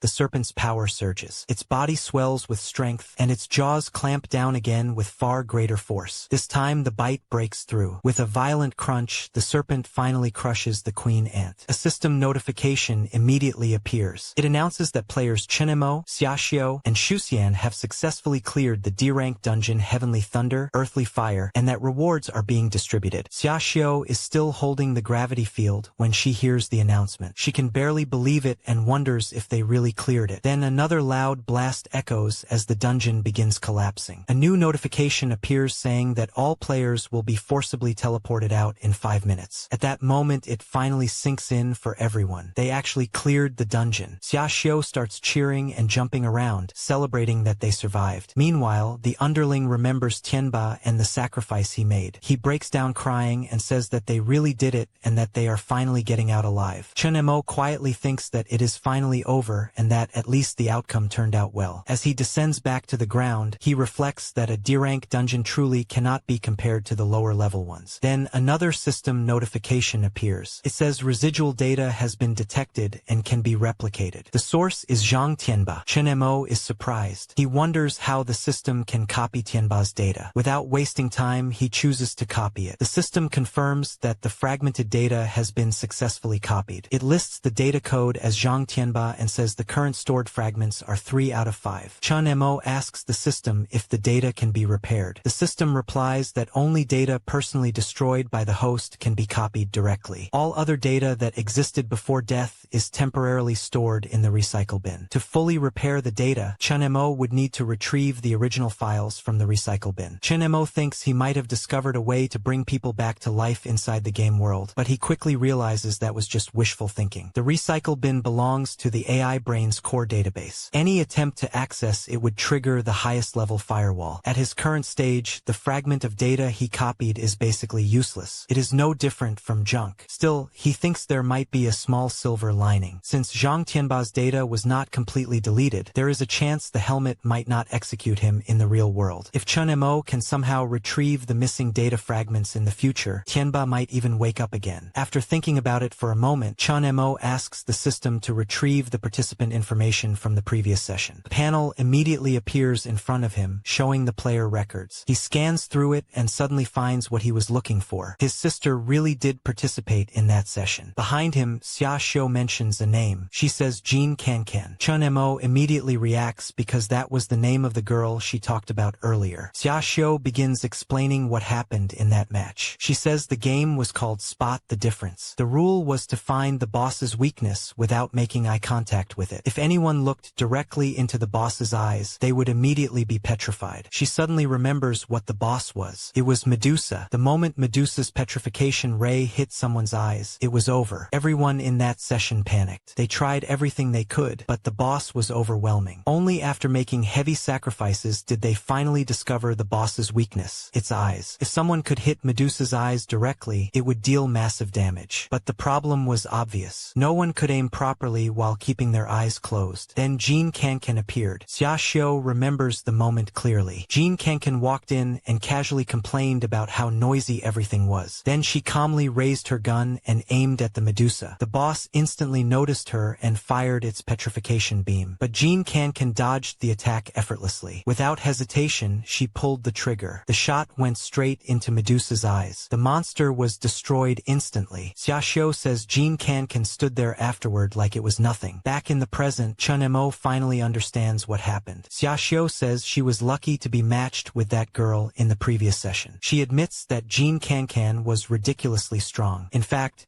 She says the girl might even be stronger than Chunemo. That moment left a very deep impression on her. After hearing all of this, Chunemo starts thinking carefully. He realizes that if Jin Kankan's combat power was that far beyond everyone else, then her level must be extremely high. But something does not make sense. That dungeon Xiaoxiu described was only D rank. For someone that strong, there would be almost no profit in joining such a low-level game. He begins wondering if he might have misunderstood something. Then he remembers the stream replay he saw earlier. The person who killed the boss in the footage was a pink-haired girl. Her face was never shown clearly, but based on Xiaoxiu's description, it had to be Jin Kankan. Then another detail suddenly bothers him. During the entire stream, there was not a single clear shot of her face. That is extremely unusual. He starts suspecting that the streaming platform might be intentionally hiding her identity. Chunemo immediately asks the system to pull up all the footage related to Jin Kankan from that stream. The system quickly retrieves the recordings. Chunemo watches them carefully. As the footage plays,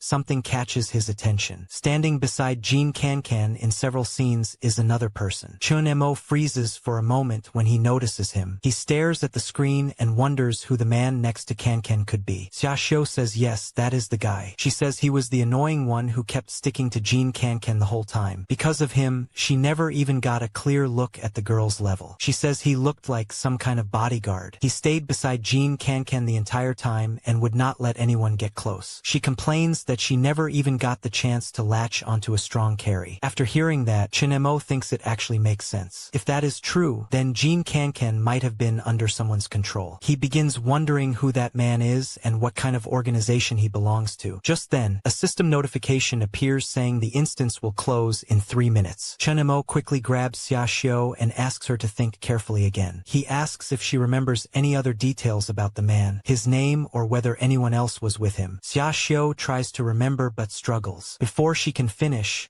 the underling suddenly says something. He remembers the man had heterochromia, one red eye and one blue eye. He wonders if that person could be Lu Chinzao. Xiaoxiu immediately reacts and says that name does sound familiar. She asks if he met that guy before. The underling says he remembers seeing him once at the black market. At that time, he had gone there with Tianba to buy a hidden red name item. He recalls the scene clearly. Tianba had argued with someone, saying they had already agreed earlier and that the item belonged to him. But another man suddenly appeared and calmly said he was taking the tracker. Tianba got angry and complained that people these days had no sense of rules anymore. Then he turned around and noticed that man standing right behind him. The man looked terrifying. The man asked if Tianba had a problem with that. Tianba immediately backed down and said he had no problem at all before quickly leaving. Afterward, the underling warned Tianba to just let it go unless he wanted to shorten his own lifespan. He said that man was not someone they could afford to provoke. Even now, he still remembers those eyes. Locking eyes with that man felt like staring into a mountain of corpses and a sea of blood. Even Tianba admitted that the man was ruthless and that it was best not to get involved with someone like him. Chunemo silently repeats the name Lu Chinzao in his mind. He decides he will remember it. If that man ever stands in the way of him finding his sister, then no matter who he is, even if he were King Yama himself, Chunemo will cut him down. At that moment, the system begins the final countdown. The instance is about to close.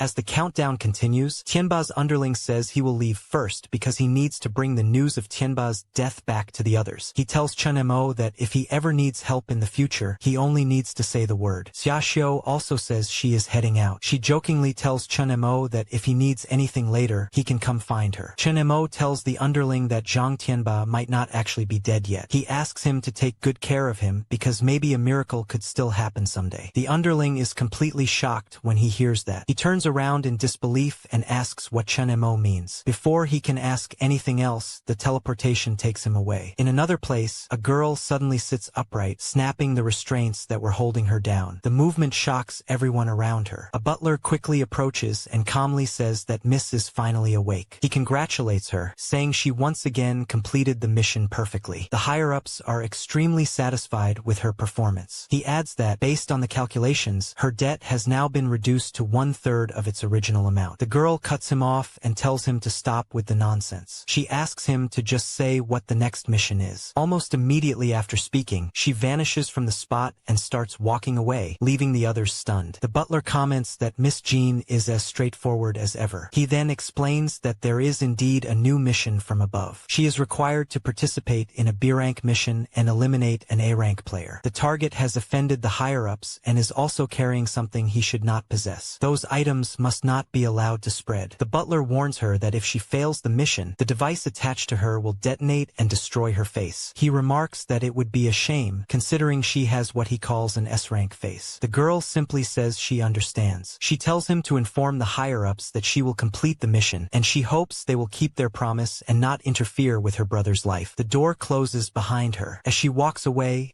she thinks about her brother. She wonders how that idiot big brother of hers is doing without her around to take care of him. She admits to herself that she really wants to see him again, but she quickly stops herself from thinking about it. She reminds herself that once she finishes paying off the debt, the people controlling her will stop persecuting him. When that day finally comes, they will be able to live peacefully together again. For that future, she tells herself she has to keep pushing forward. Back in the game, a system message announces that the instance has officially closed. Chun-mo immediately begins thinking about something. He realizes that once an instance closes, its data is stored in the recycle bin for secondary use. He decides to try copying the Queen Ant's data, but the system immediately returns a failure. Chun-mo is surprised. He wonders if it failed because the boss was destroyed too completely. Just then, he hears a strange voice nearby complaining loudly. The voice grumbles about finally getting out and says it almost suffocated in there. It complains that every day is like this and that the work is exhausting. The voice keeps ranting about how its waist and back are killing it after the shift and wonders when it will finally get transferred to an easier position. Chun-mo follows the sound and finds the source. It is the ant administrator. Chun-mo immediately says that now it makes sense why he did not see the administrator leave earlier. He points out that the admin must have been hiding there the whole time and that it was probably controlling the boss earlier. The ant admin is startled when it hears him, curses in shock, and asks why Chun-mo is still there instead of leaving. A system notification appears. It announces that player Chun-mo has successfully cleared the dungeon Heavenly Thunder, Earthly Fire. By defeating the Queen Ant,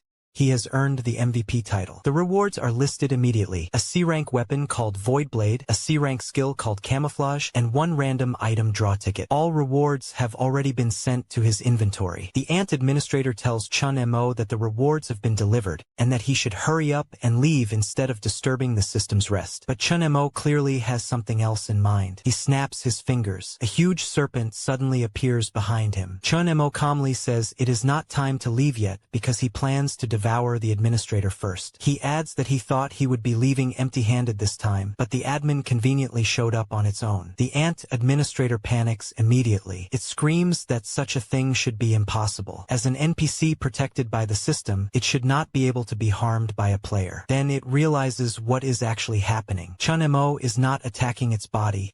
He is devouring its data. The administrator starts begging desperately. It says it does not want to be devoured yet and asks Chun-mo to spare it. It offers to submit to him as its master. Quickly adds that if they work together, they could achieve great things and reach incredible heights. Chun-mo watches the tiny ant trembling in fear. He admits to himself that the creature is actually quite clever. Devouring it would grant him a small amount of AI brain authority, but keeping it around as a helper might be even more useful. Chun-mo grabs the little administrator and asks how it plans to guarantee that it will not betray him. The ant immediately explains that it has already thought about that. It says it can merge with Chun-mo's system. If that happens, they will essentially become one entity, meaning it will have to obey his commands completely. It even promises to format and erase its previous memories, so they will not interfere with Chun-mo's system. Chun-mo considers it for a moment and says the proposal sounds acceptable. Still, he warns the ant not to have any hidden ideas. If it tries anything,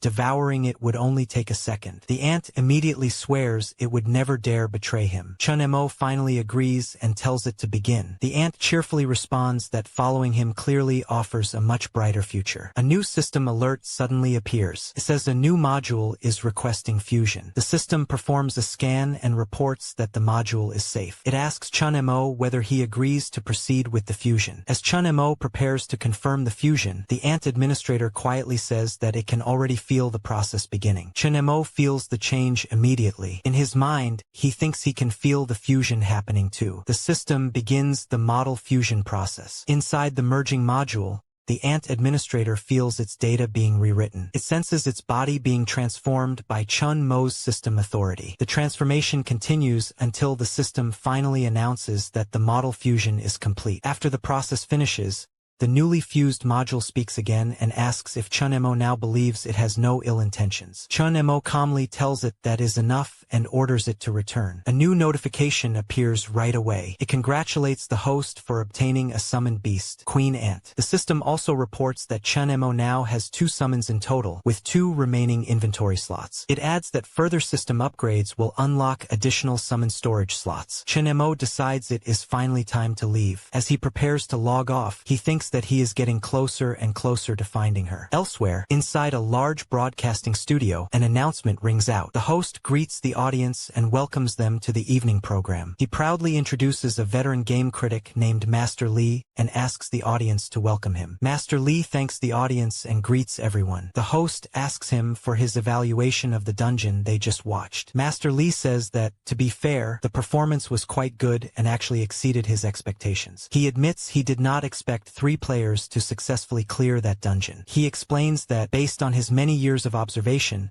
D-rank dungeons are among the most dangerous stages, second only to A-rank dungeons. The host reacts with surprise and asks if that means Master Lee believes the difficulty of D-rank dungeons is on the same level as A-rank ones. Master Lee chuckles and clarifies that they are not exactly the same. He explains that players who enter D-rank dungeons are usually people who have just survived several earlier games. At that stage, many players begin to feel confident and even arrogant. That state of mind makes it much easier for them to make fatal mistakes.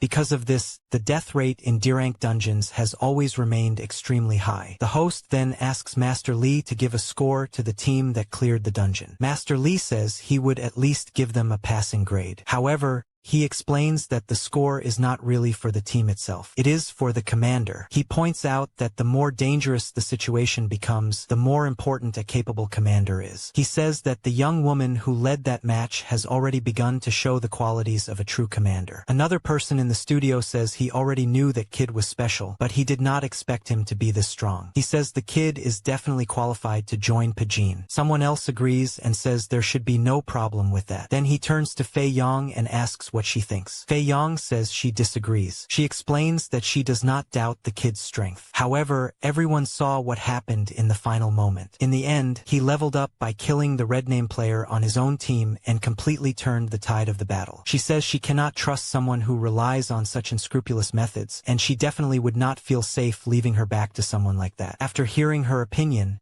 the others fall silent. One of them suggests they should observe him for a little longer before making a decision. Another agrees and says Fei Yong has a point. Still, they should keep a close eye on him because good talent like that is extremely rare. Fei Yong agrees with that idea and says they should monitor him closely. The next morning arrives. Chun-Mo wakes up and sees that he has a phone call coming in. He wonders who could be calling so early. Then he notices the time and realizes it is already 1:00 p.m. He remembers that after leaving the game last night, he went straight to sleep and completely passed out. He answers the call and greets the caller. The voice on the other side excitedly introduces himself as Shu Tian. He quickly tells Chun-Mo some incredible news. Zhang Tianba is still alive. They do not know when he will wake up, but his life has been saved. Shu Tian says he will not say anything else, but from now on Chun-Mo is his real brother. If Chun-Mo ever needs anything, he only has to say the word, and Shu Tian will go through fire and water for him without hesitation. After ending the call, Chun-Mo starts thinking. He still has some time before his next game begins. If he wants more information about the people and forces inside this world, the best place to start would be the black market that Shu Tian mentioned. Chun-Mo calls Shu Tian again and tells him to take him there. Shu Tian agrees immediately and says he will send the location so they can meet there later. After that, Chun-Mo begins dialing another number. He thinks he might as well contact her too, because he still needs the information she has so he can cross-check everything. Later, Shu Tian waves from a distance and calls out for Chun-Mo to come over. Chun-Mo walks closer and asks who he is. Shu Tian looks confused and asks if Chun-Mo really does not recognize him. He says it is him, Shu Tian, and jokes that maybe Chun-Mo cannot recognize him because he is not wearing his hat. Chun-Mo realizes who it is and greets him properly, calling him Mr. Shu. Shu Tian immediately tells him not to be so formal and says Chun-Mo should just call him Shu Tian. Chun-Mo then notices the girl standing nearby and says that she must must be Xiaoxiu. She quickly hushes him and tells him not to shout names out loud in a place like this because it can be dangerous. Chun Mo comments that the two of them look quite different from their in-game avatars. Shu Tian laughs awkwardly and says the in-game appearance was mostly just for show. Xiaoxiu adds that if they looked the same as their avatars in real life, it would actually be very dangerous. Shu Tian agrees and says it is always better to stay cautious in a place like this. Chen Mo nods. Just then, a man steps out and loudly calls to them like a restaurant host. He invites them inside and advertises their signature dishes, mentioning white-cut chicken and Sichuan spicy chicken. Shu Tian immediately lowers his voice and explains the code to Chen Mo. He says the man is a local kingpin in the black market who specializes in selling information, but he only deals with insiders. White-cut chicken refers to legitimate information, while Sichuan spicy chicken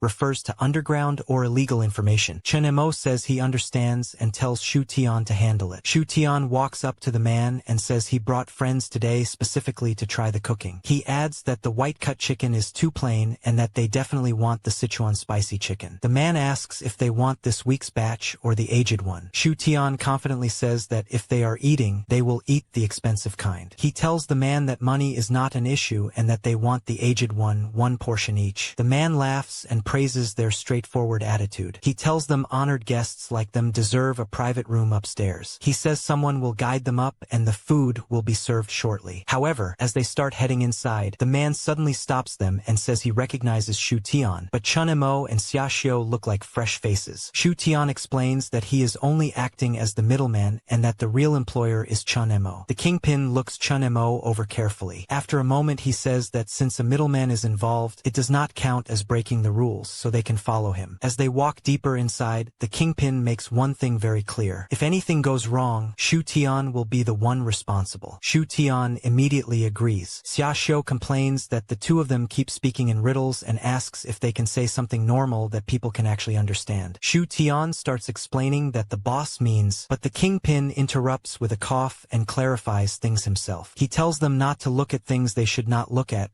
not to ask questions they should not ask, and definitely not to go looking for trouble. Shu Tian assures him they understand the rules. The kingpin then leads them further underground. As they walk through the black market, voices echo everywhere. One vendor loudly advertises fresh intelligence about a D-rank instance called Hide and Seek, claiming it is first-hand information and first come, first served. Another vendor shouts about a C-rank weapon called the Demon's Link Sword that is on limited time sale. Chun Mo quietly observes everything and realizes this place truly is the black market. Nearby, a group of thugs starts threatening someone who apparently has not paid a protection fee, but still dared to do business on Lord Dao's territory. At the same time, a few women approach and flirt with customers, inviting handsome newcomers to spend some time with them. The chaotic atmosphere makes Xiaoxiu nervous. She instinctively grabs Chun Mo's arm. The kingpin notices and tells her not to be nervous. He explains that this is simply how the black market works. The rules of the outside world do not apply here. In this place, as long as someone has money, they can buy almost anything. However, money alone is not enough. A person also needs strength because to the people here, anyone without power is just a fat sheep waiting to be slaughtered. Chen Mo asks if the black market has always been like this. Shu Tian confirms that it has. He explains that the black market is a true melting pot and a completely lawless zone. Even government officials have to show respect when they come here. Chen Mo asks what he means by that. Shu Tian leans closer and lowers his voice. He tells Chen Mo about the 10 Yama Kings. They are the leaders of the 10 largest organizations in the black market. Rumor says every one of them is extremely powerful and deeply connected. The kingpin smirks and tells Shu Tian that the kid seems to know quite a lot. Then he turns around and tells them they will stop here. He explains that in this place,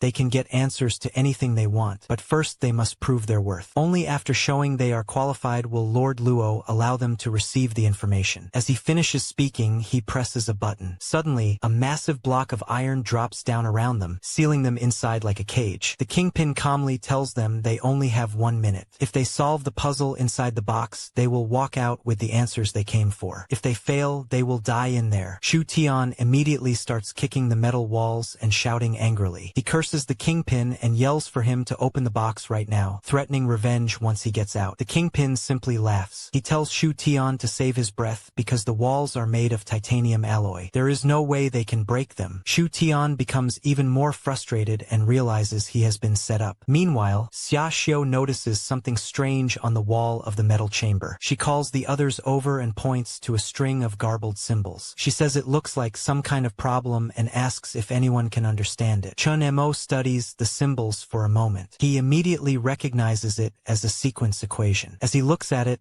another thought crosses his mind. These people must already know who he is. That is why they are using this specific kind of puzzle to test him. Shu Tian looks at Chun Mo and asks if he can figure it out. Chun Mo calmly says he will try. Shu Tian immediately tells him to do his best because all of their lives are depending on him. Meanwhile, Xia Xiu and Shu Tian are both panicking. They keep glancing at Chun Mo and whispering nervously, wondering if anyone even understands what he is doing. Shu Tian grows more and more frustrated and shouts that he is such an idiot for getting them into this situation. He says there is no way even a genius could solve something like this in such a short time. Xia Xiu starts regretting coming along. She complains that she never should have gotten involved in this mess and now she is going to lose her life because of it. Outside the chamber, the Kingpin watches through the monitor. He laughs and says that Lord Luo must be overestimating this kid. Even the strongest math geniuses in the black market need pen and paper to solve problems like this. But Chun Mo is just standing there staring at the wall, probably frozen by the sheer scale of the calculations. Inside the chamber, however, Chun Mo is calmly analyzing the numbers. In his mind, he keeps track of the remaining time while examining the sequence. At first glance, the numbers look chaotic, but he quickly notices a hidden structure. The sum of every group of 3 numbers is actually the same. Then he realizes that if he takes one number every 2 digits, the sequence forms 3 separate arithmetic progressions. Once he identifies the pattern,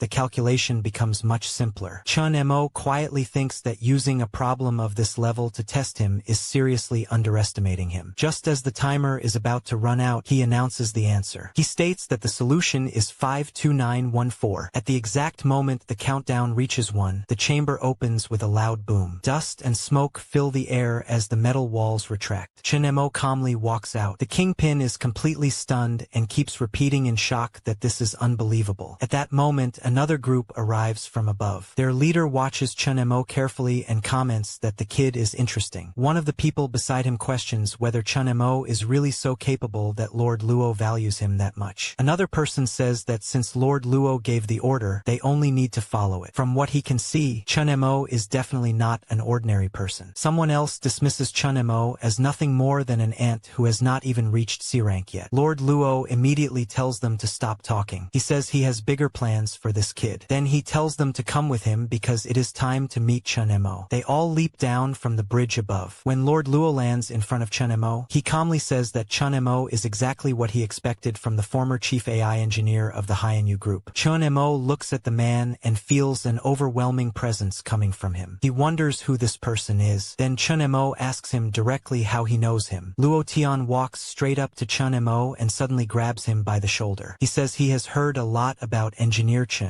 He then lists Chun Mo's identity openly. Chun Mo, former chief AI engineer of the Huanyu group, one of the top talents in the AI industry. Luo Tian says that without Chun Mo, the Huanyu group would never have become what it is today, and the gold game itself might not even exist. He adds that it is no wonder Chun Mo managed to develop such a shocking ability, the ability to bring back people who died in the game. Hearing this shocks Chun Mo. He immediately clenches his fist, preparing to react. At that moment, Shu Tian rushes in nervously and tries to stop the situation from escalating. He hurriedly says they have not broken any rules and reminds Luo Tian about the code of the underworld, insisting that Luo Tian cannot just do whatever he wants. Then Shu Tian quietly whispers to Chun Mo. He tells him that the man in front of them is Luo Tian, one of the 10 Yama kings. The people standing with him are also extremely dangerous figures. Since they are currently on Luo Tian's territory, it would be best not to provoke them. Shu Tian admits that this is his first time seeing someone like Luo Tian in person. Even standing near him feels oppressive, almost like facing a C-rank player. Chun Mo silently wonders about that. He begins thinking whether a player's game rank could actually affect the aura they give off in the real world. Meanwhile, Luo Tian laughs at Shu Tian's mention of rules. He says that talking about rules to him takes some courage. In this place, he says his word is the law. As he says that,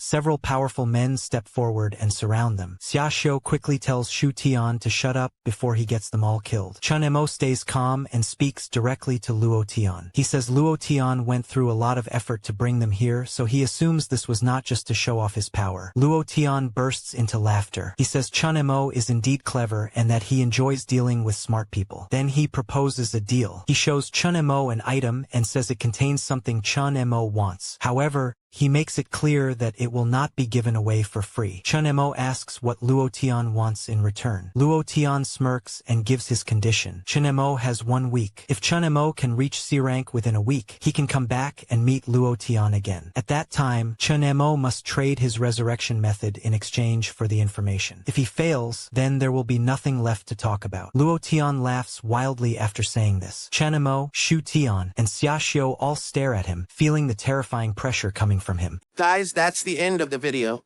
If you liked this video, please leave a comment in the comment section. Also subscribe to the channel and hit the bell icon. Like the video and share it too. Thank you for watching and see you next time again.